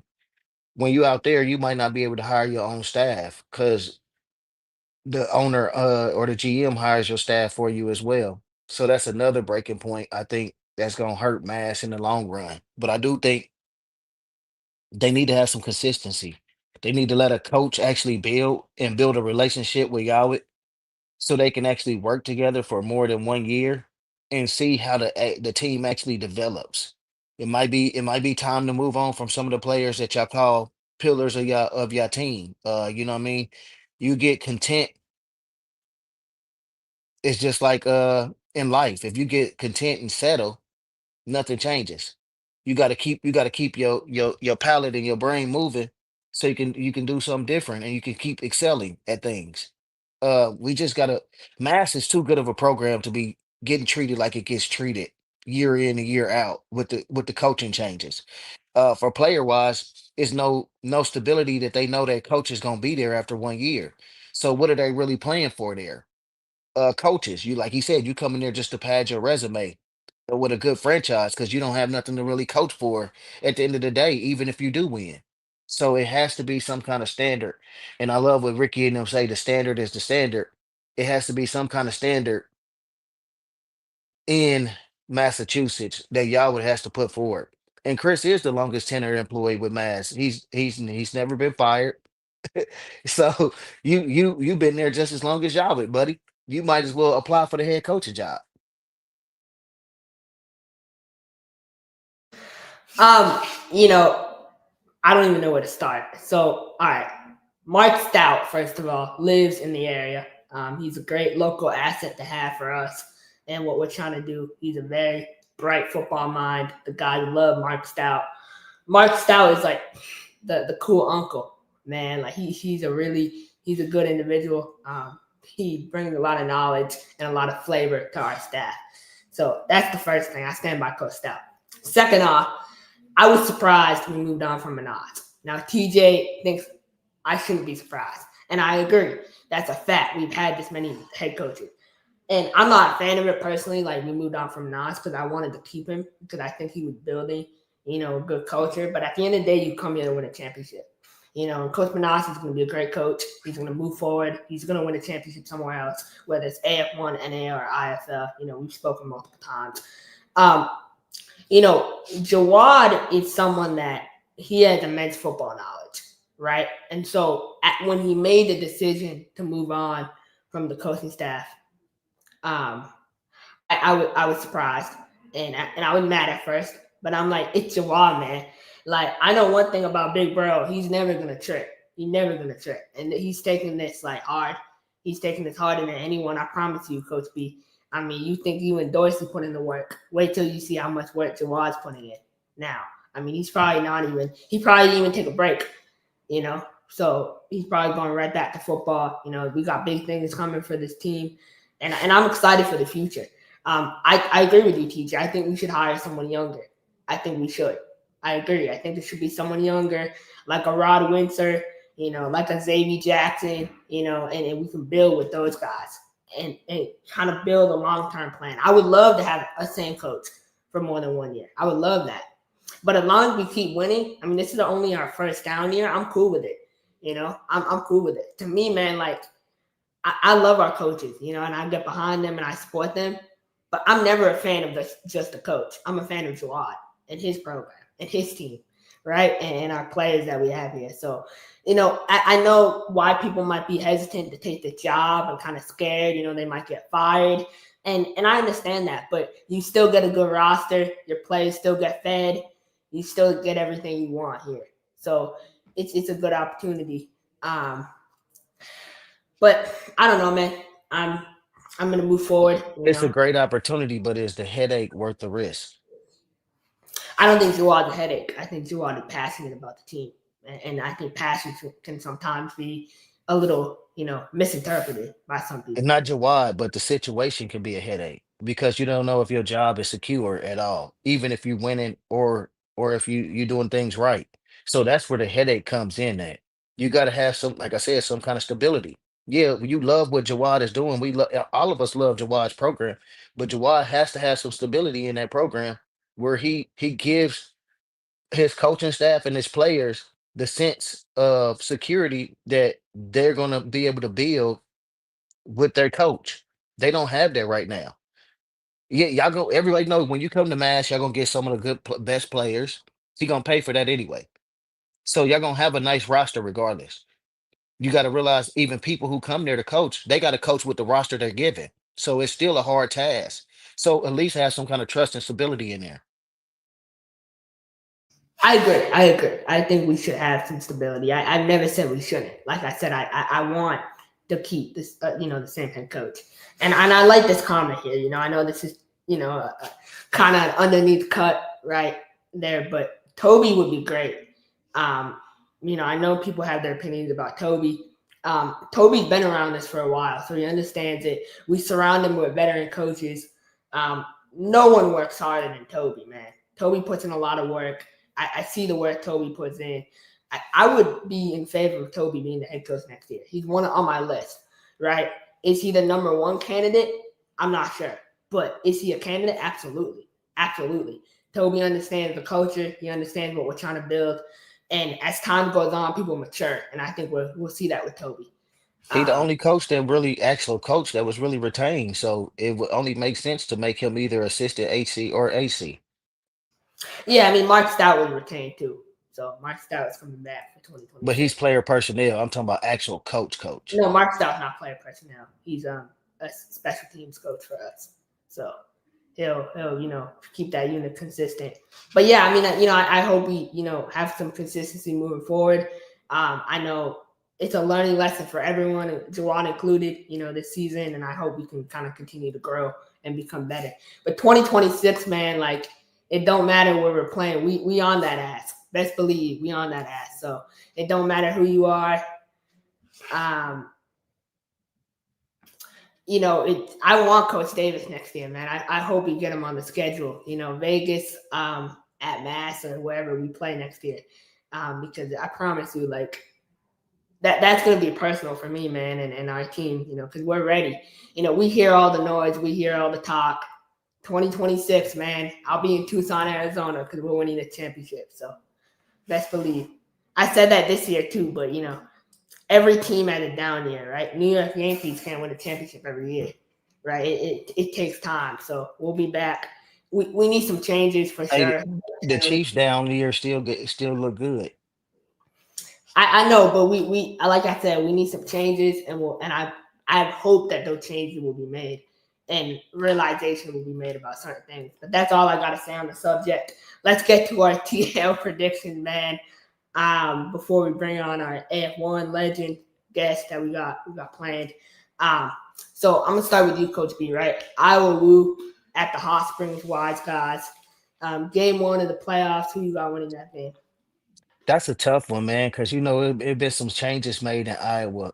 Victor Mann's calling the offense, and Coach Trey now is calling the defense. So that's surprising. So they going back to what they did with North Texas Bulls when they won a championship in the AAL. So I think that's gonna be a different game plan on both ends from the Woo. I'm glad to see what Bones. I'm excited to see what Bones is gonna pull out his bag, but then I still think it comes down to him being shorthanded. So I'm gonna give the Woo by 3 points on this one tonight because they going for revenge and they want to make a statement and make the championship 2 years in a row. As far as Duluth and the Lunkers, you heard my pick earlier. Are you actually picking the Lunkers, or is that a joke? Are you Yeah, I'm serious? picking the Lunkers. Upset City, baby. Tony, you heard it from me. Upset City, baby. I love what Tony and them doing. I just can't let them win 2 championships in a row, man. Last year we was the better team and they pulled it off. This year I feel they are the better team than us. Even though we were a little bit more talented than our team last year, but we still was missing a few pieces. It's just that rivalry. I just don't want him to win 2 in a row.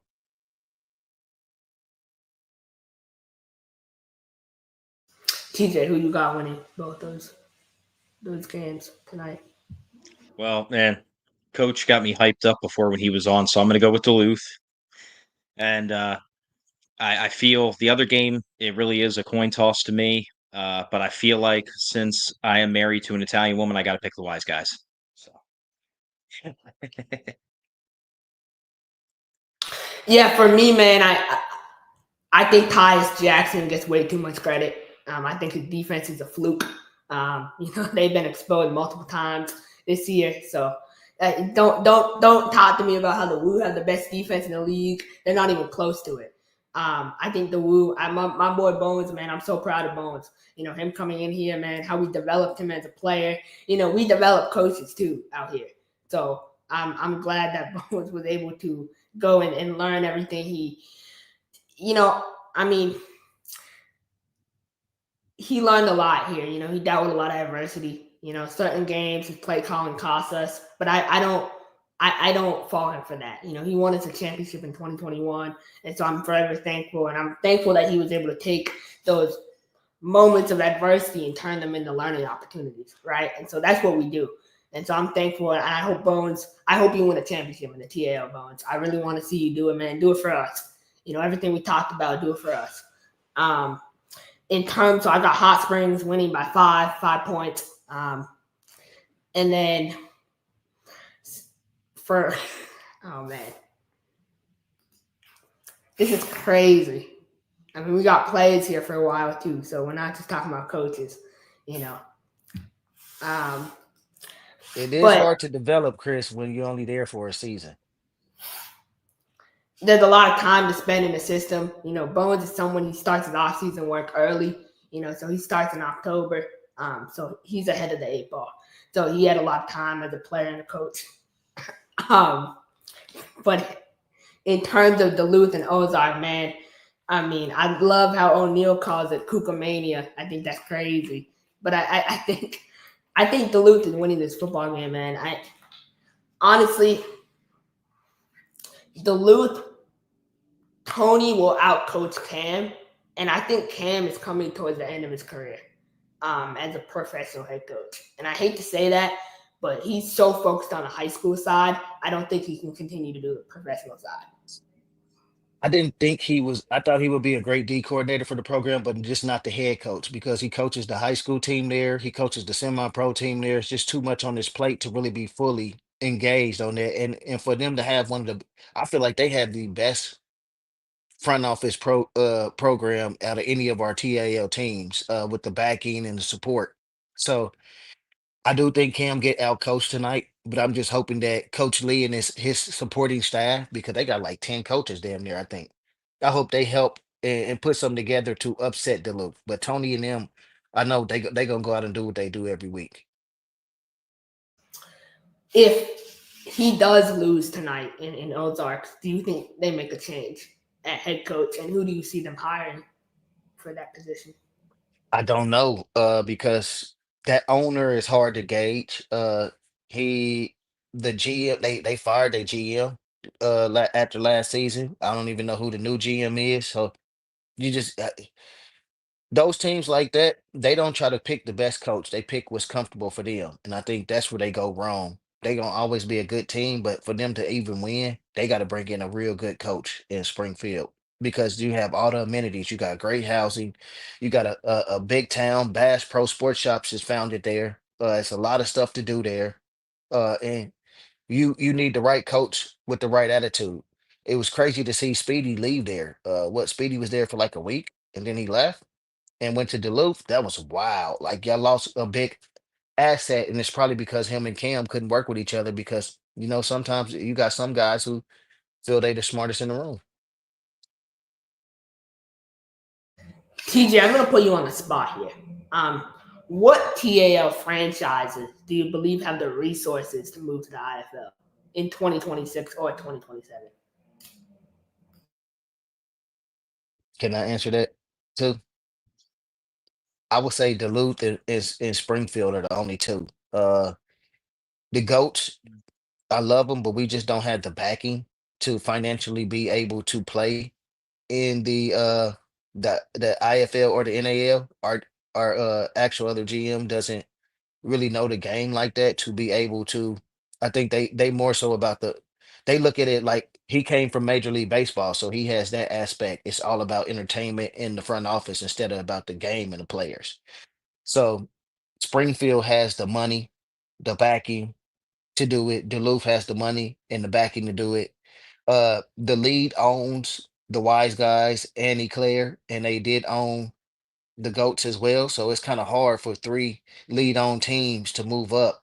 I think they need to the league needs to find those all those teams a set ownership group and let them run it because when the league owns it, it puts more pressure on the league to fork out more money. And we heard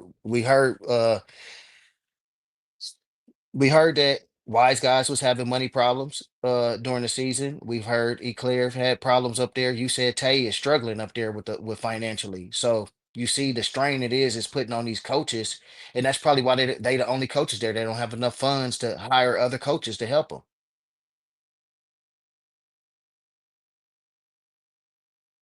Yeah, I mean, personally for me, I would say Duluth. And before Coach B said about the goats, I was going to say the goats because of their deal with Garage Beer and the Kelsey brothers and stuff. But definitely Duluth could. But from the sounds of it, they're going to happily stay in the TAL and just keep building that empire. So I think Duluth stay to finish out their contract next year, and then they move to the IFL. I don't know about Springfield. And yes, we did just get a new ownership group. They just bought the team from the league. A solid owner in St. Joe. He's supposed to be a billionaire. He owns a lot of businesses and things down there. And we have Garage Beer, but the thing about Garage Beer, they're only 1% owner. Coach B, you're my guy, but I gotta say this to you, man. You gotta move arenas. That arena looks like a farm, man. Like it's rough. If you can you? Are there any other arenas in St. Joe or It anywhere is else? no other arena in St. Joe. That's the reason we moved there. We tried to do T-Mobile in Kansas City. We tried to do the Cable Dahmer. Uh, they just wanted insane amounts of money. I think the Cable Dahmer told us last year 50K a game. Like what? So it's about getting a good arena. It's no actual arenas who's willing to work with us. They do have a new arena they just built in Kansas called the Blue Hawk Arena. That would be an idea spot. They were supposed to bring an NHL team there, and it backfired, so they have no tenant. That would be a great spot because everything we still do is in Kansas City. We practice, we live in Kansas City. We go up to St. Joe and mingle with the fans and stuff, but everything is done in Kansas City still. We only play in St. Joe. And yes, that arena is lovely, but it's not ideal for arena football. TJ, I know you got to get out of here. So my final TAL topic is Eau Claire Axemen have been inactive on social media since June 21st or June 21st with their last social media post. Talk to me about what you think about the future of that franchise because they seem like they have a good fan base. yeah, I mean, I haven't really seen or heard too much negative rumblings, I'll say. So hopefully they're just kind of like, relocking, reloading.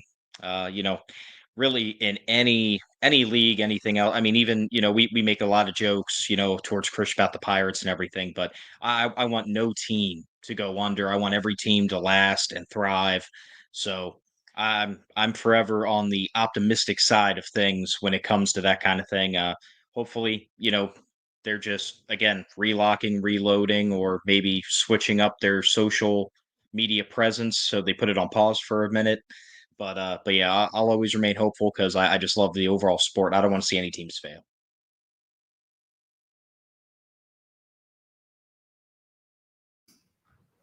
Yeah, I would say Duluth is a lock to go to the IFL eventually. And then I would say the next team, man, I wish Hot Springs would have a good owner, Coach B. I feel like Hot Springs, they have the fan base, they have the sponsors. That team has so many sponsors. And I feel like they would be good in the IFL and that's a great market too, Hot Springs. There's a lot to do in that area. So I'm hoping that would be the case. My final thing before we switch over to AF1, and TJ, I know you gotta go. Give me 3 players from the IFL that you believe should move up to the CFL or the UFL.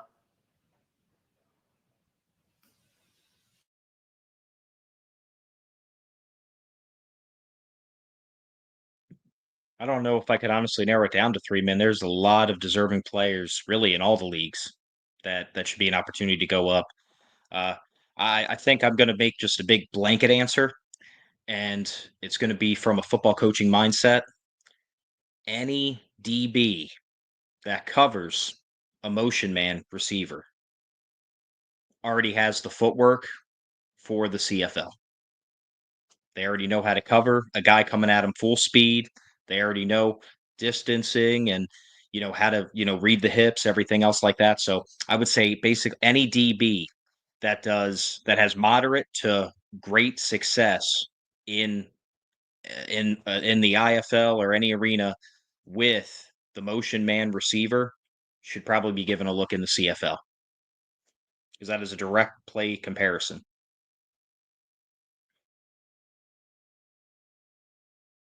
Coach B, what about you? I'm with TJ. It's hard to tell. With so many players, I think deserves a chance in the CFL or even NFL. Just even if it's a workout or a tryout. So I just can't narrow it down to three. Um, I feel like it's a lot of players who deserve that opportunity, but it's hard to get in the CFL. It's hard to, and they got a rule where they can only carry so many out of staters, right? Out people out of the country. So it's limited spots. So yeah, so you have to be able to be a dog. I saw Larache Jackson go from Bloomington Extreme to the CFL. He played 2 years there, and then he came back and he said it's a totally different ball game. He said that's way faster than arena out there, and it's a bigger field, bigger space. You gotta lock down, so you have to be conditioned. I'll agree with TJ. Any DB who can go man a lot and lock down, especially high motion. You set any receiver who is dominant in the high motion or averaging over 1,500 yards a season in the IFL should get a look at a CFL workout. I'm going to give you mine. So for us, linebacker Marquise Waters, I think he's definitely ready for that jump. You know, he leads the IFL in sacks for linebackers. That's for me. Another name that stands out is Josiah King from Indy. I love Josiah King. You know, he was a finalist for AF1 Rookie of the Year. He's super talented. He has that it, and he's only like 24. So he's super young. He got the upside. From Vegas, I want to see my boy Desmond Bland get an opportunity. Desmond Bland with Southwest Kansas. He got an opportunity with New Orleans Saints. He's a really good offensive lineman. D. Bland, man. Desmond Bland is a dog. I'm a huge fan of Desmond Bland. I want Desmond Bland up here in Mass next year. We can show him what a professional experience is like. For another guy for Indy would be Isaiah Coulter, wide receiver. You know, he's getting healthy off an injury. He was with us. He's a really, really good wide receiver. Josh Tomas is a name that comes to mind for me. What about Trey Meadows from Bay Area? That's another guy. And then I think another guy from Vegas would be number 24, DB. He's really good. So there's a lot of good players in this league. You're looking for someone physical, someone lengthy, someone that can use size. The CFL is super competitive. You know, we talked. I was talking with Coach Davis about this too. Like, they don't just sign anyone in CFL. You know, they look for their guys. But I do have to say, man, that dude Jaden Delora in Vegas, he's better than that German that they have in Toronto. TJ, you know who I'm talking about. Arbuckle, I think his name is. Man, I know for a fact Jaden Delora is better than a couple CFL starting quarterbacks with some more experience. For sure. I do got one person. He might not be in the IFL or nowhere, but he played in the IFL who should be in the CFL, and he was one of the most dominant in the UFL this year. Leon O'Neal should be in the CFL. I think Leon O'Neal might not go. Seeing from his size, Leon O'Neal, he balled out in the UFL. I think he's waiting for an NFL call before he goes CFL. I don't think he wants to overcommit. I do know about Arbuckle, Coach. I do. But I also see the film of him in the CFL. So, I mean, come on, man. Like, you don't think Delora is better than Arbuckle? You're crazy, Coach. But I mean, that's your own guy, man. Like, Delora is a baller, bro. Arbuckle does not come close to Jaden Delora. And then we have a comment here from Off the Wall. Delora would let it rip outdoors. Remind me slightly of more. Yeah, I agree with that. I think he's a baller. And then Brandon Mackey is another one. I think Mackey and Boo Smith should both be outdoors. I think they're both. Yeah, I think Boo will fit the UFL game, not more of the CFL, but the UFL game. I think Ryan Martinez might fit the CFL game. How old is Martinez? Do you know? He's in his 20s. Okay. Yeah, I think the CFL, from what I was told, they like guys. I don't know, TJ, do you know? CFL is what, 28? They look for 28 and under. That's for the UFL too. they kind of look for Yeah, more. they try to stay under 30. But yeah, TJ, man, I appreciate your time today. Always great having you back on the show. I really hope you don't relocate because then I'm gonna have to hear all that shit from you for weeks. But I'm excited, man. Excited to talk to you next week. Yeah, I'm looking forward to Florida it. Pirates, baby. I wouldn't mind, man. Hey, if it's what's best for the franchise, I'm still a fan. So whatever we decide, I'll be happy with. But TJ, have a good rest of your day, man. Enjoy the playoffs tonight. Thank you, Appreciate guys. you, Have a TJ. good week. Hopefully, I see you guys next week. So, Coach B, we'll take a little bit of a break and we'll bring on our AF1 guest. I'm going to let you and him chop it up. I know you guys got a lot to talk about, the championship to expansion. I also got some news on the AF1 that you guys might not know. You guys might know. Exclusive, Shady Sports exclusive news. Breaking news coming up. You guys won't believe it. It's going to shake the arena football indoor world once I break this news. So. Get in the game at BetUS, America's favorite sportsbook. Over 50 sports, live betting, online casino, horse racing, esports, and more.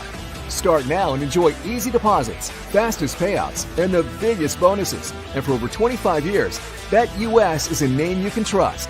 Mention TV 150 now and get up to 150% in bonuses. BetUS, we've got your game. Call or visit BetUS.com now to join. You said you need some change? Man, our next guy, man, is from AF1 Fan Zone. Scott Burke, man, how you doing, man? It's been a while. Good to see you. Hey, doing great, man. I appreciate you having me on. Early morning. I'm not used to doing live shows this early. So. I know, yeah, it's awesome. Brian early taught some arena football. So I wanted to ask you. You were at the AF1 championship game. I saw you there. It's good to see you kind of vibing with everyone and feeling. What do you think the direction of the AF1 is, and how many teams do you project for 2026? We were told earlier before the season ended to expect about 4 more new teams. Things happen. I don't know if it's going to be 4 more. I don't know if we're going to get a total of 2 more, if we're going to be 8 next year. That's one thing that I think this league's doing right is compared to all previous incarnations of this league. They're keeping things in-house. They're not letting stuff leak. They're not letting stuff get out like they used to. It used to be just the rumor ran wild and half of it was true, half of it isn't. Now, honestly, there's nothing until it gets announced. I like that method, but I hate that method. I think exactly. I think you should keep your fans updated because of the last 2 years, the lack of marketing and communication within the league. So I think they should be very transparent with their fans to build that fan base up because a lot of fans have swayed from AFL to NAL, IFL because of the lack of transparency. Well, but at the same time, that transparency early on, and there was more to it than just this, but that transparency early on in 2024, allowed some teams to get in there and badmouth the league. Hey, these guys aren't real. These guys aren't legitimate. Don't rent your arena to these guys. To where they lost some leases, they lost some chances of getting teams in certain markets because other leagues stepped in and interfered. Where if you keep things under wraps till you get everything signed and done and the ink's dried, then it doesn't make a difference. You haven't leaked anything, so no one's trying to undercut you. From a business standpoint, it makes sense. Yeah, it's frustrating. From our standpoint, we want something to talk about. We want some news. We want some excitement. We want to rile things up in the new markets. But yeah, you got to make sure everything's said and done, because otherwise, you said we would have a team in Idaho. You said we'd have a team in St. Louis. You said we'd have a team, and then it doesn't happen for whatever reason. So you got to. It's playing that balancing game. It's the same reason they announced Michigan and Ohio and didn't say the specific cities. So I want to go ahead and break this news. So we've been told, by sources, and this is official, Cedric Walker and Steven Titus are parting ways. So Cedric Walker will not be the head coach of the relocated Billings franchise. Cedric Walker is headed over to Cincinnati, Ohio, AF1 team. He signed a 3-year contract to be the head coach. So that's the big news. Coach B, I know you look really surprised to hear this news. I thought Cedric Walker and Steven Titus would never break up, but apparently it's happening. You heard it from Steven Titus. He said he guaranteed that Walker was going to be his head coach next year. Didn't he say that when he came on our show? So that is a surprise. And we just thought that the Corpus Christi coach would take the Cincinnati job since they're moving the Corpus Christi team to Cincinnati. But Walker in Cincinnati, y'all better watch out. Yeah, what a great move for this new team too. Is one of kind of my pet peeves this last 2 seasons, honestly, is these owners that bring in their coaches that they worked with on whatever franchise they had prior. This is not the same game. This isn't semi-pro outdoor ball. This isn't indoor ball. It's this is a whole different game than what these guys are used to playing. And in most of these markets, it showed, through the coaching. It showed when them making simple mistakes that an arena coach, an arena football coach would know and have had lined out. You can't just bring in your own guy and just expect him to just take to this new game without a problem. What do you see Titus doing with this team? What do you see him moving it? I've heard a couple of different things. I'm sure you have too. I think he's selling it, honestly, and I think he probably fed up and don't want no more to do with it because of the backlash he got in Billings. But I think it's for me, if I was Titus, wherever I relocate the team, I would want to be the face to put to quiet all those naysayers and show them that he was trying to do this right. He was trying to build it in Billings right. Do not sit back and play the background role. That's going to be the worst thing you can do because then everybody going to say, I told you so. It was him. If someone buys a team and keeps them Billings, which I hope they do for the fans out there, for the legacy of that franchise, I hope someone does buy that team and make it work. But if someone does, it's a losing proposition. The fans out in Billings are great. The support there is great. The problem comes down to there's no reason in the world that Montana should have the second highest workers' comp rates in the entire league. The only team that paid more in workers' comp last year was Albany. That's a state of New York. You expect that. But Montana? Come on. That's ridiculous. So you're just going to lose money. And if the city's not willing to help out, the state's not willing to help out, the county's not willing to help out, man, that puts a lot more overhead on whoever does buy this team. So I hope he does sell the franchise, but I also hope he's one of the new expansion owners. He puts another team in another city. I was hoping Colorado, but I think that market's kind of getting a little full now. We'll see. I mean, God, St. Louis would be awesome, but Salt Lake, I think would be a phenomenal market. Get the Blaze or Utah back. Yep. Yeah, I think there's some area up there. What in was it? Pretty good turnout high. in Utah back in the day, Scott, Oh, when they had the Blaze. Yeah, especially back in 06, the first year, the Blaze were the only team that outdrew Kansas City. And Kansas City was just about to sell out every single game at Kemper Arena. It's a huge, huge building. So Blaze only beat Kansas City by like a couple hundred. It was an absolute just sellout every week. So yeah, Utah can support their team if you get the right people in there. And I'll take Titus as owner anywhere in this league. He's a good owner. He is outspoken when he needs to be. He does things the right way. And like I said, I feel bad it didn't work in Billings for him, but that guy can make it work elsewhere without a doubt. I wish we would have had him in Council Bluff because I think that would have been a game changer. We didn't have an owner in Council Bluff that knew the game. They just wanted to make money and as much money they can off the lead and the team. Mm-hmm. Yeah, he was trying to subsidize the team and pocket whatever profits he could. And yeah, that was never going to work with that owner. It would have worked, just not with that owner. Not with that owner. And everybody tells me I was crazy for separating myself, but they didn't know. Scott knows day in, day out, I fought that owner for stuff for the team to make sure we was running competent, and it was just hard working with them. Even then, even when the stuff hit the fan, Scott, you still haven't talked to them guys since. Have you? No one has reached out. Period. Not a hey, thanks for helping. Not a go to hell. Nothing. So yeah, it is what it is. So and that's another thing. What is your take on vetting owners coming into these leagues? Because I think that was one of the worst vetting situations ever with that owner. I saw that gentleman blow $50,000 in my face in the casino, but we didn't have certain stuff that we needed during the season. And yeah, he got didn't want to spend $500 on referees. He didn't even want to pay for marketing or social media. Yeah, vetting of owners is huge, and obviously 2024 being what it was is that was just it was. I'm not going to go as far as say it was a scam, but it was pure incompetence at the top of the league level. Last year was more of a, hey, let's get this thing together as quickly as you can, throw everybody in there, make this happen because we got 2 months to put this together and announce it. So they brought in a couple questionable folks and a couple didn't make it to game one. So, that happens. I think this year you're going to see things a lot cleaner. They have time. They've been working on this for months already. They've been actually time to vet these guys, make sure everybody's got all their ducks in a row before they announce anything. Let's not announce things until it's set in stone. Where do you see the league going by 2028? Do you see it being back to one of the premier spots in arena football, the big dog? Or do we still got a while before AF1 takes it back to that old school level? You can ask. That's a loaded question for me. I already think they're there. When it comes down to it, you get what you pay for. As long as they can keep paying for these guys, and league minimums almost twice what the IFL pays, you're going to get better talent. There's a reason these guys have, since the season ended, jumped to other leagues and have absolutely dominated. You look at 3 guys in the arena league have absolutely killed it.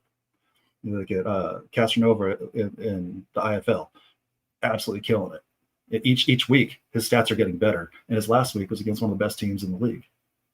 So, these guys, they had the talent already.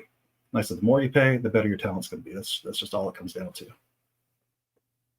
And you also got to add broadcast deals. And you do have, is Vice TV a massive network? No, it's not NBC. It's not ABC, but it's still a network. It's still, you can find Vice TV on a lot of cable packages. And it's a lot better than paying for it, I'll tell you that much.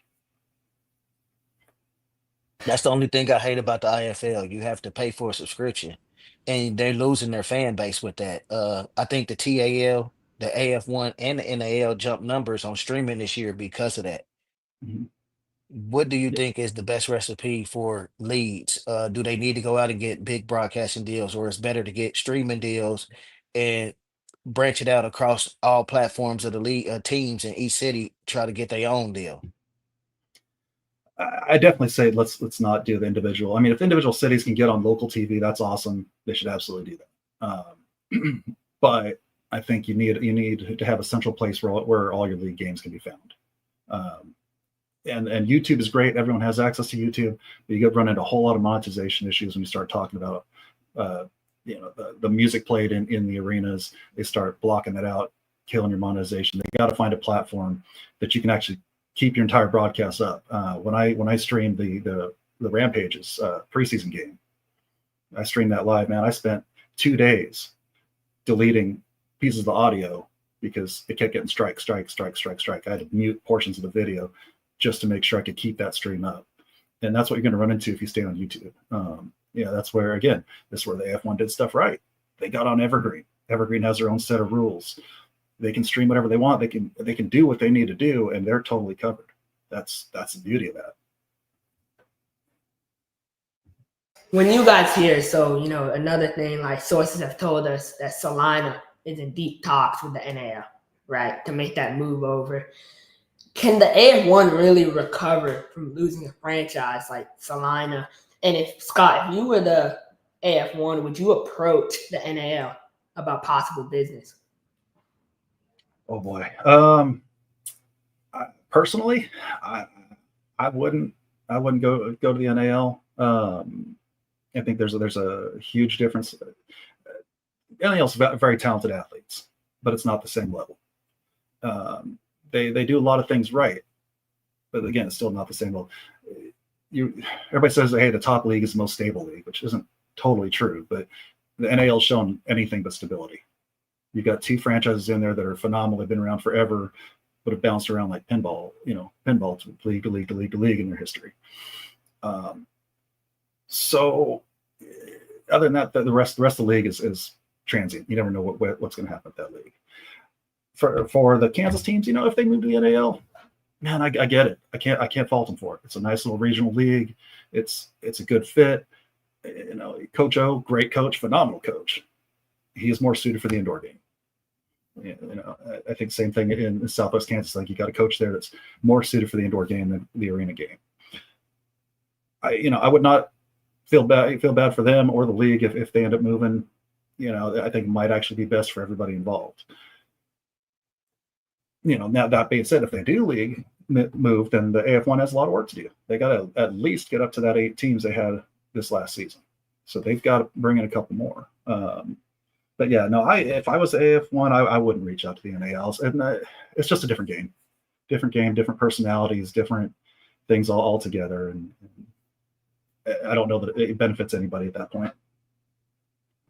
What markets do you think that the AF1 should tap into to either start a new franchise or potentially build that groundbreaking spot for a franchise to potentially be there?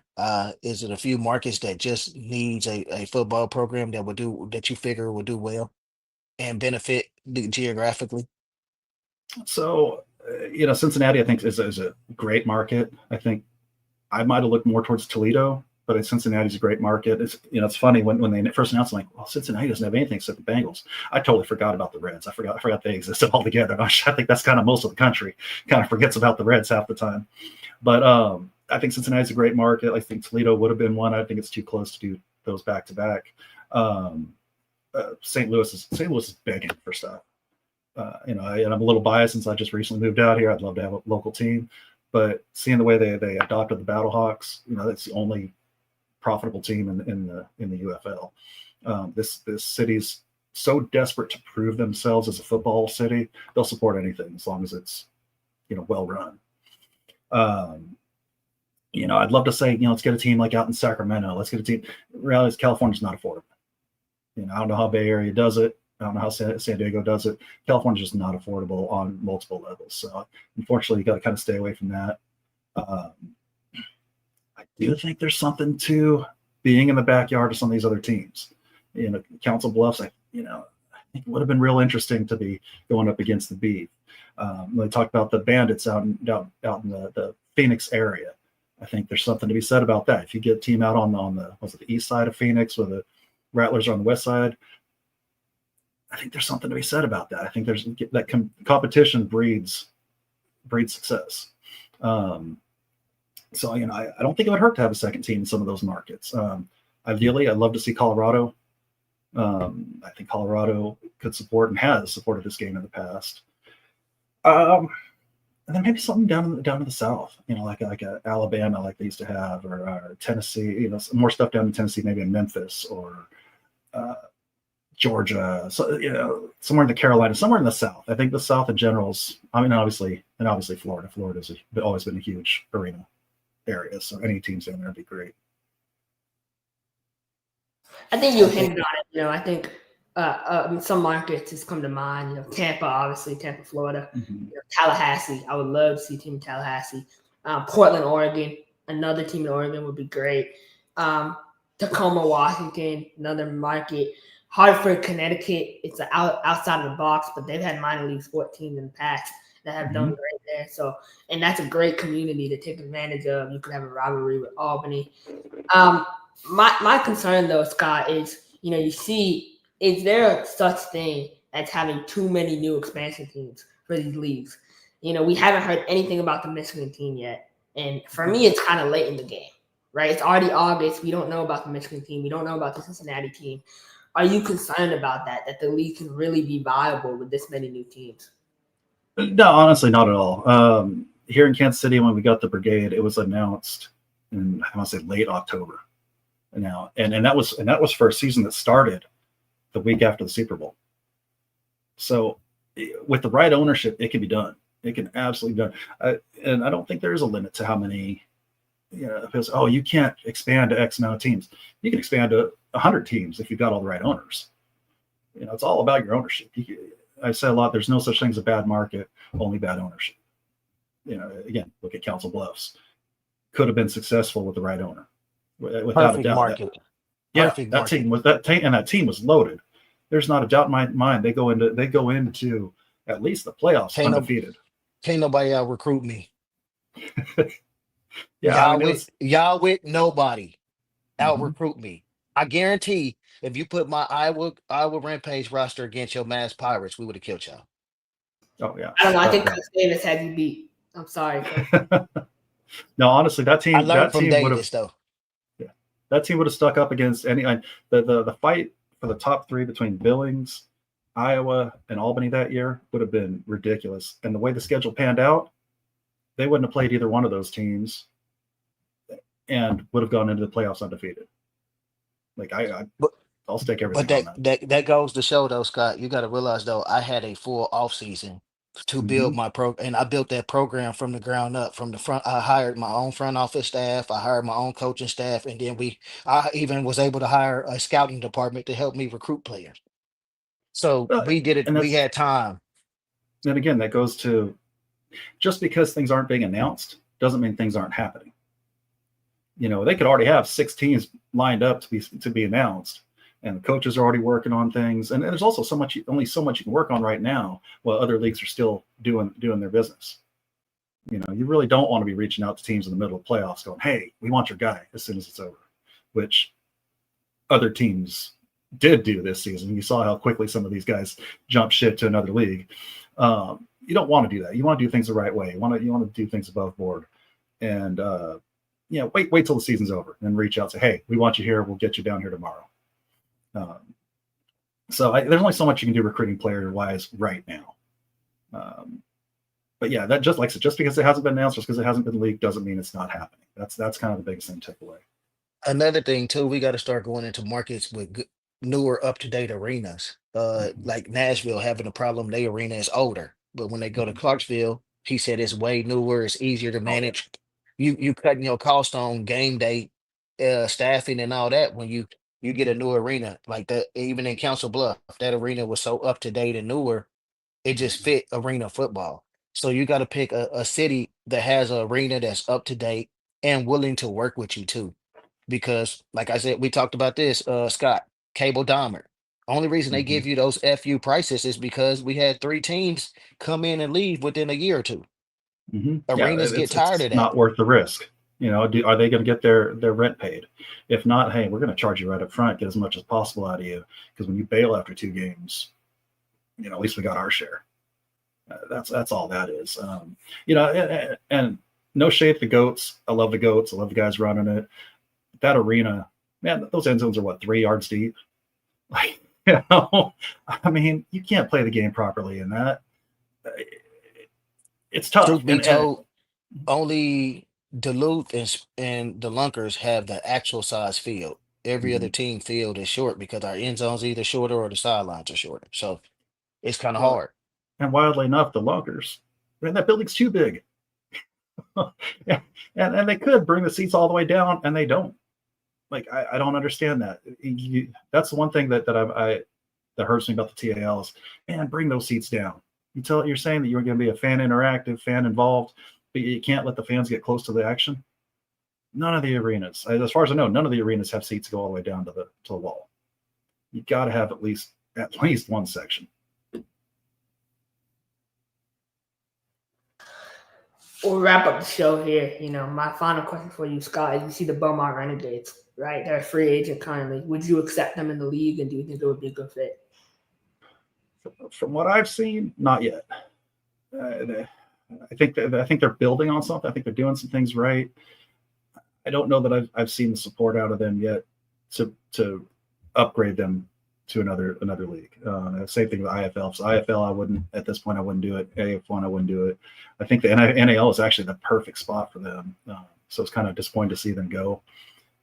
There's a couple other leagues springing up. It'll be interesting to see where they end up, because some of these other leagues get talked about a little rough, but they're not bad. When it comes down to it, they're not bad. And if nothing else, those guys at least put a winning product on the field. So, but yeah, personally, F1, I don't think it's the right fit for them either. You think that Beaumont fits in that new league, the CFA? It's a Texas-based league, pretty much, for as of right now. Yeah, it all depends on, like I said earlier, it all depends on ownership. You get the right ownership involved in those other teams, then it could be a great fit. It could be the next upcoming league, but it all depends on how dedicated your owners are. I mean, look at the Goats. Look at Kansas City. They had a great setup there. Owner pretty much bailed. by the end of the season. In their first season, they had to go get owned by the league, move over, then get purchased again. It all A comes lot down of to how people don't committed your know. ownership is. Yeah, a lot of people don't know what we went through in KC as far as day in, day out, having to struggle with that team. But we made it look good on the outside. And that's another a lot of people don't understand. Me and Dorsey got gray hairs last year, dealing with that. So it do you have to have a great owner, a great front office. You can't just hire your buddies in the front office because they're your friends who don't know the game. It's important Mhm. that people in the front office know arena football. Not that they came from Major League Baseball or soccer. Those are different sports, indoor sports or outdoor sports is too. So the concept is a little bit different. You really got to have some knowledge when you're hiring in these front offices. And the same thing can be said about Corpus, about Washington, about Oregon. Good people, good people, good coaches. But man, they got brought in from something else, and they just expected a winning product on the field, and it's not going to happen unless you know the game. And that's what it comes down. Stop hiring family, stop hiring friends, stop hiring your buddy from another league. Get people that know what they're doing. That makes all the difference in the world. I appreciate your time today, Scott. A great show. I look forward to having you on in the future once this expansion news finally drops. What do you think the league timeline is for them to finally put out the news? So Gary Compton told us on FanZone Live, I don't know, a month, 2 months ago, whenever that last was, we had him on. He said by September. So we should be finding out, I think, pretty soon here what's going to happen with the league. Hopefully they can stick to that schedule, but man, you get somebody who's right on the edge. Hey, give me another week. Give me another week. I can have this set. I can have that set. But frankly, if you're there, if you don't have it set, that makes me worry about the future. How much are you going to have last minute? Wait another week before we can. Oh man, I don't have money for the players this week. Let's wait another week. I don't want to play with that. You either have it ready or you don't. Let's go. You knew all along September was our deadline.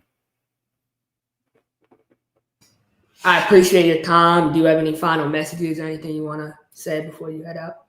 We've been pretty quiet lately, but yeah, check us out at af1fanzone.com. You can find us on all the socials, af1fanzone. And more importantly, anybody out there watching this stuff that wants to get involved, do this kind of stuff, man, reach out to any of us.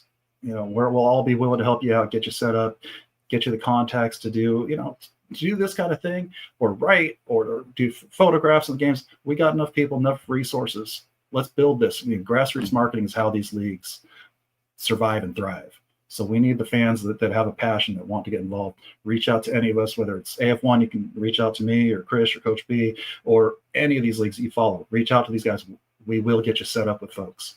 So, and let's build this game, regardless of what league. Let's build this game and support these teams. That's what it all comes down to. I say the same thing because arena is my NFL. So anything, whether it's IFL, NAL, AAL, AAL2, AF1, UIFA, I'm gonna build up the arena game because that's some guys who can't make it. That's gonna always be their NFL. So if we I, just give them a platform to keep going, why not? but I started doing these live shows because of Coach B. He's like, hey, let's do a coach's show. Let's do Iowa. He pulled me out from behind the scenes in the AF1 fan zone, AFL fan zone back in the day. He pulled me from behind the scenes and put me in front of the camera. Sometimes you just need that nudge. If you have any questions, even consider it. Like I said, just reach out. If you don't want to reach out to the websites, you can find me at AFL Slasher on, again, every social media platform out there. Again, message the website. I'll reply back to you. And like I said, I know Shady Sports will do the same thing. If you have any interest at all, let's grow it. Yep. Scott deserves to be in the camera. Chris deserves to be out in front of the camera. I was telling Chris the same thing last night. Last year. That was the whole reason why we did Inside the Rampage and we had your show as well. You two guys are the most informative and most well talked about. Always have y'all stuff on point.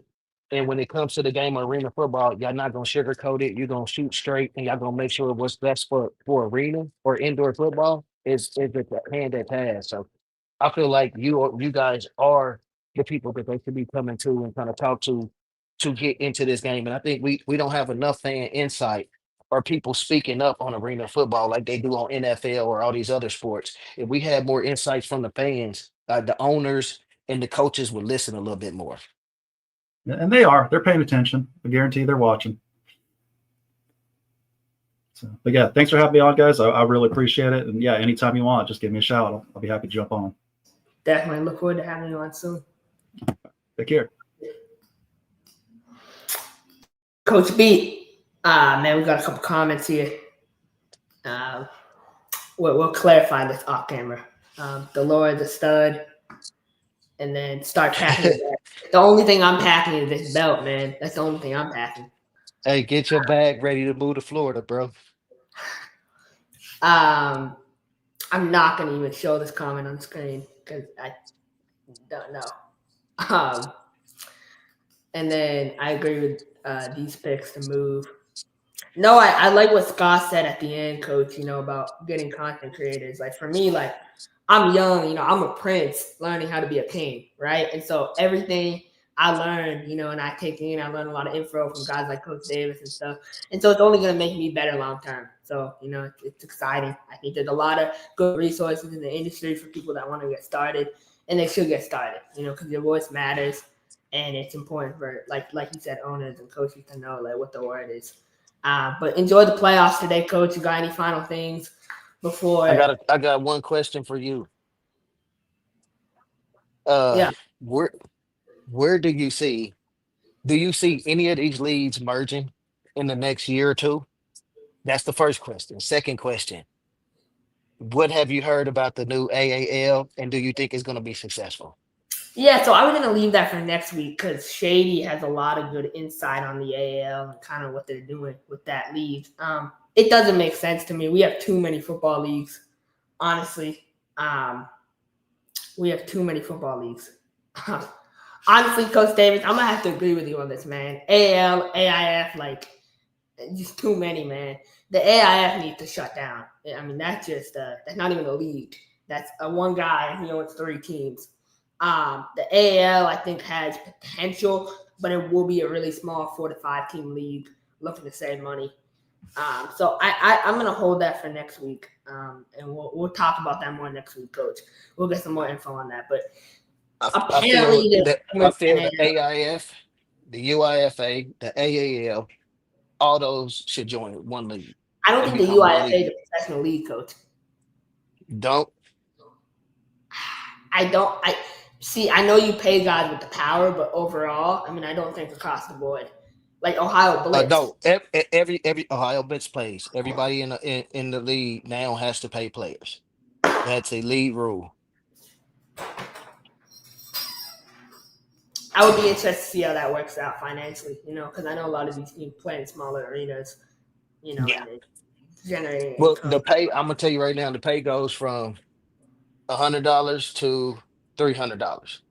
So that's the UIFA, and I think that's a good starting point for them because a lot of owners might not have the money to pay big time players or do what they do like that. So I think that's a good start. But I got this comment to close it out.